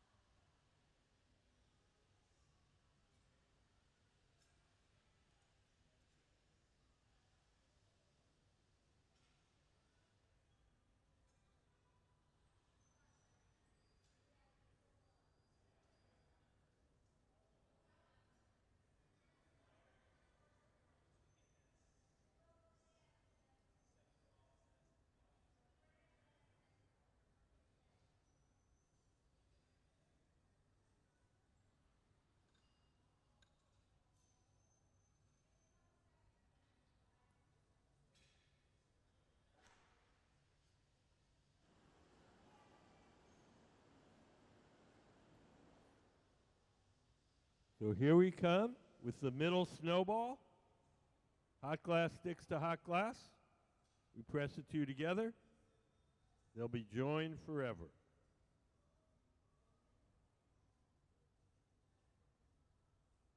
We'll break the glass away from the original pipe.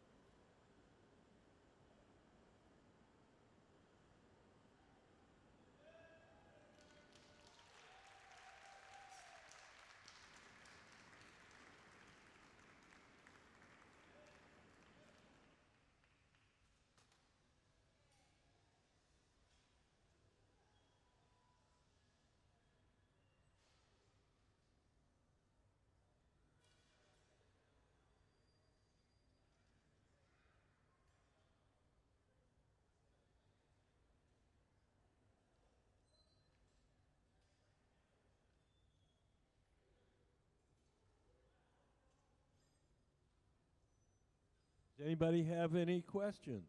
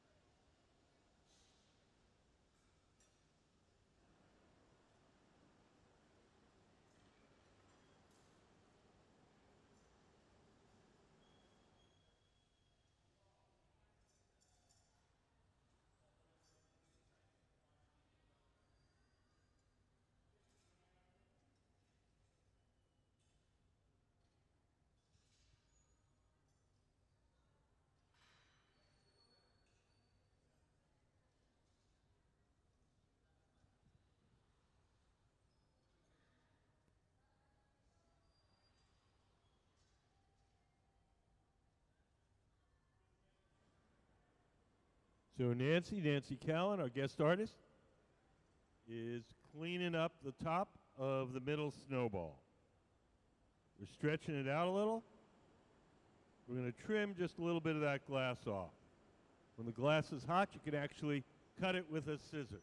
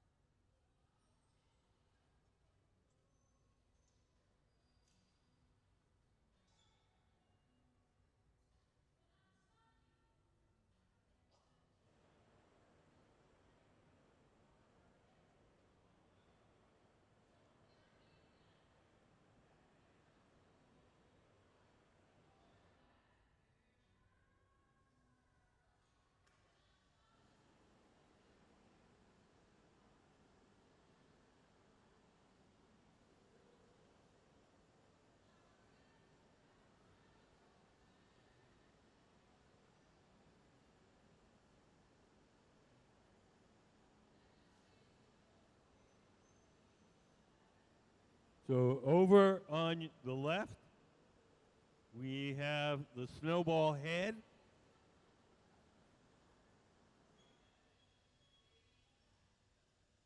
When we finish warming this up, we'll attach that.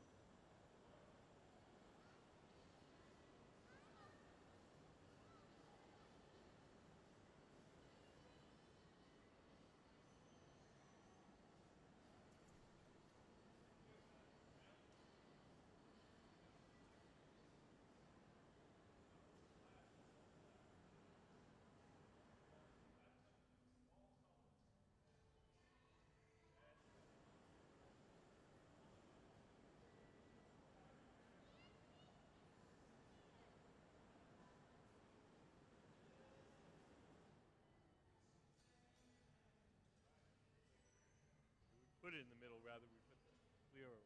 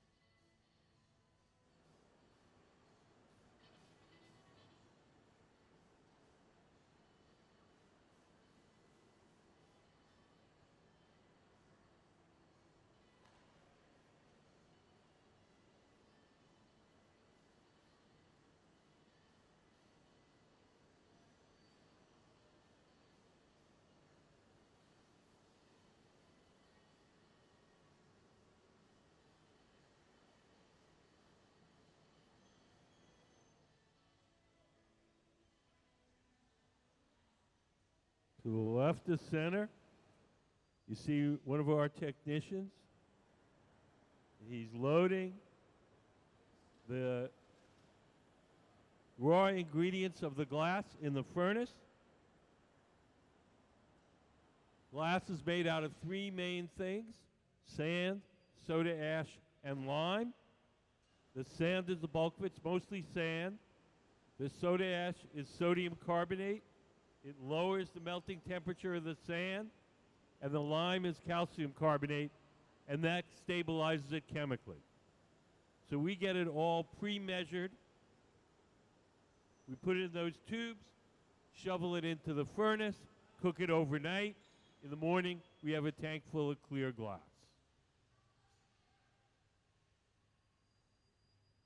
So we put it in a little bit at a time. Then we let it melt down a bit. Then we throw in some more. So you see them periodically shovel one of those tubes in.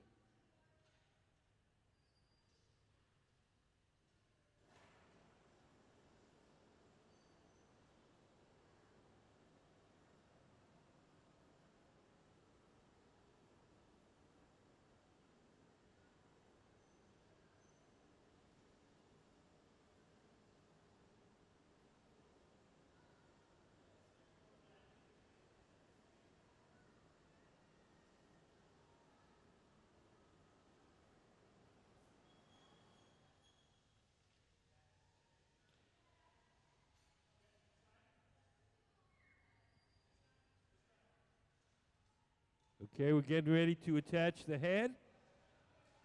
The head snowball. Isaac, over on the far left, has our head. We made that earlier this afternoon. We've been keeping it warm in the garage. Now it's time to stick it on.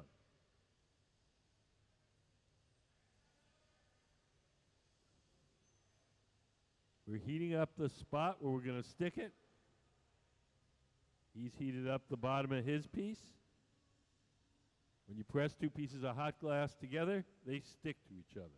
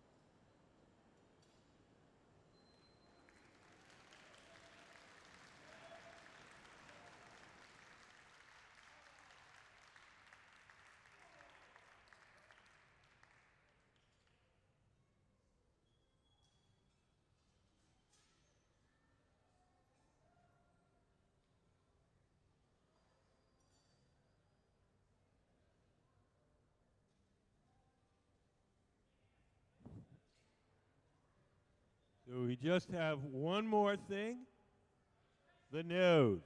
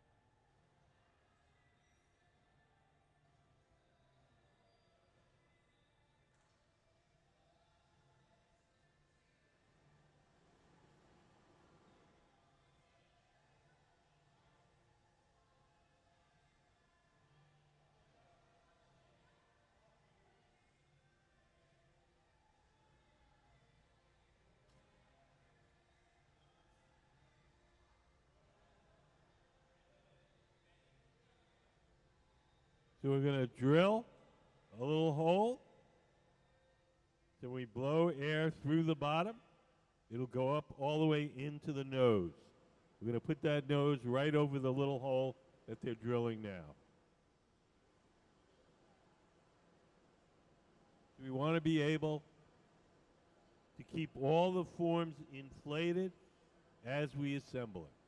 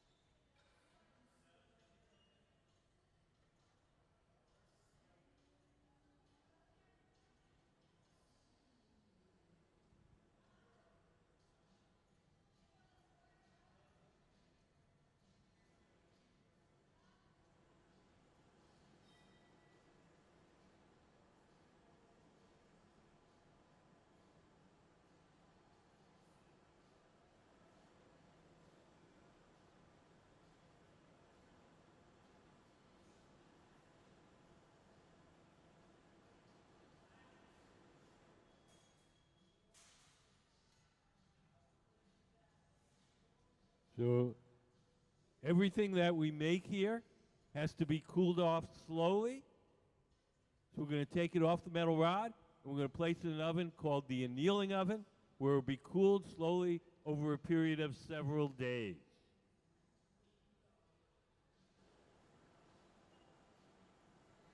Two of the glass blowers have put on some protective clothing. They're going to carry the finished snowman to our annealing oven. The jackets and the gloves that they wear are made out of Kevlar. When they grab that snowman, it'll be about 1,000 degrees. At that temperature, the glass will be hard, and we'll put it in the annealer to cool very, very slowly.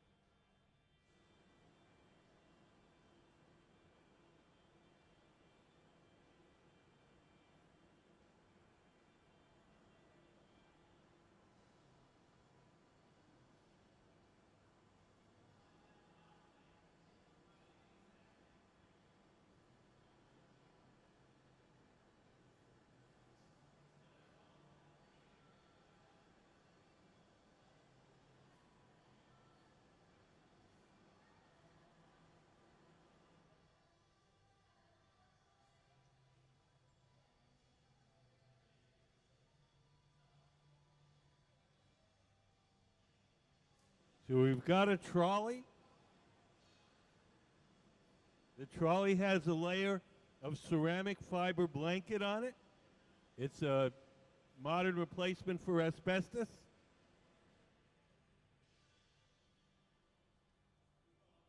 So they're going to pre-warm the ceramic fiber blanket. It's soft and fluffy, but it's very, very high temperature.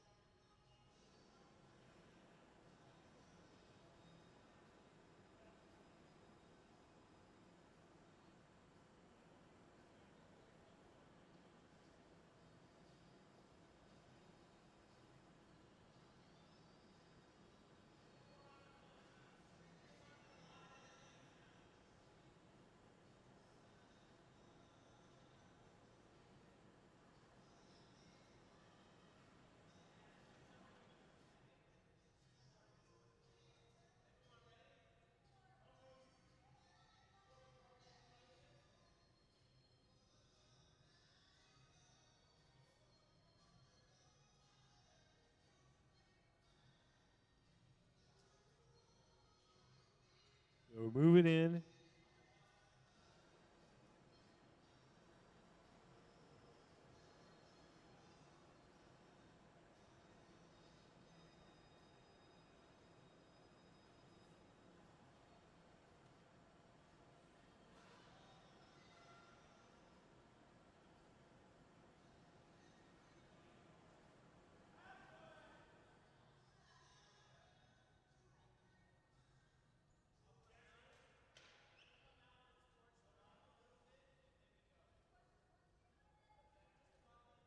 Once again, we're going to use water to crack the joint between the snowman and the metal rod.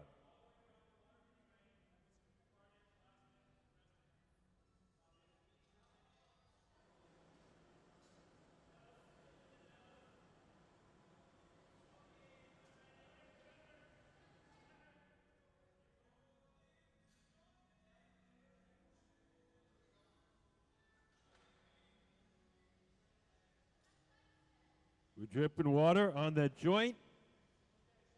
The water will crack that joint. And a tap on the metal rod will release it. Okay, let's have a big hand for Nancy Callan, Museum of Glass Hot Shop team. Jason Christian, Isaac, Alex Cannon, KCJ, Jack Spitzer, Ben Cobb, Nick Davis.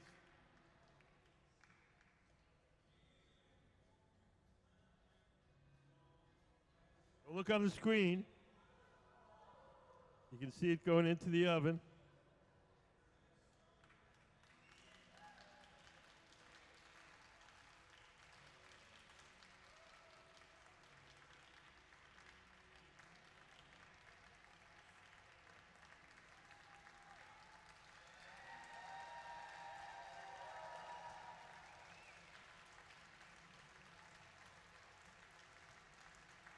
Nancy Callan.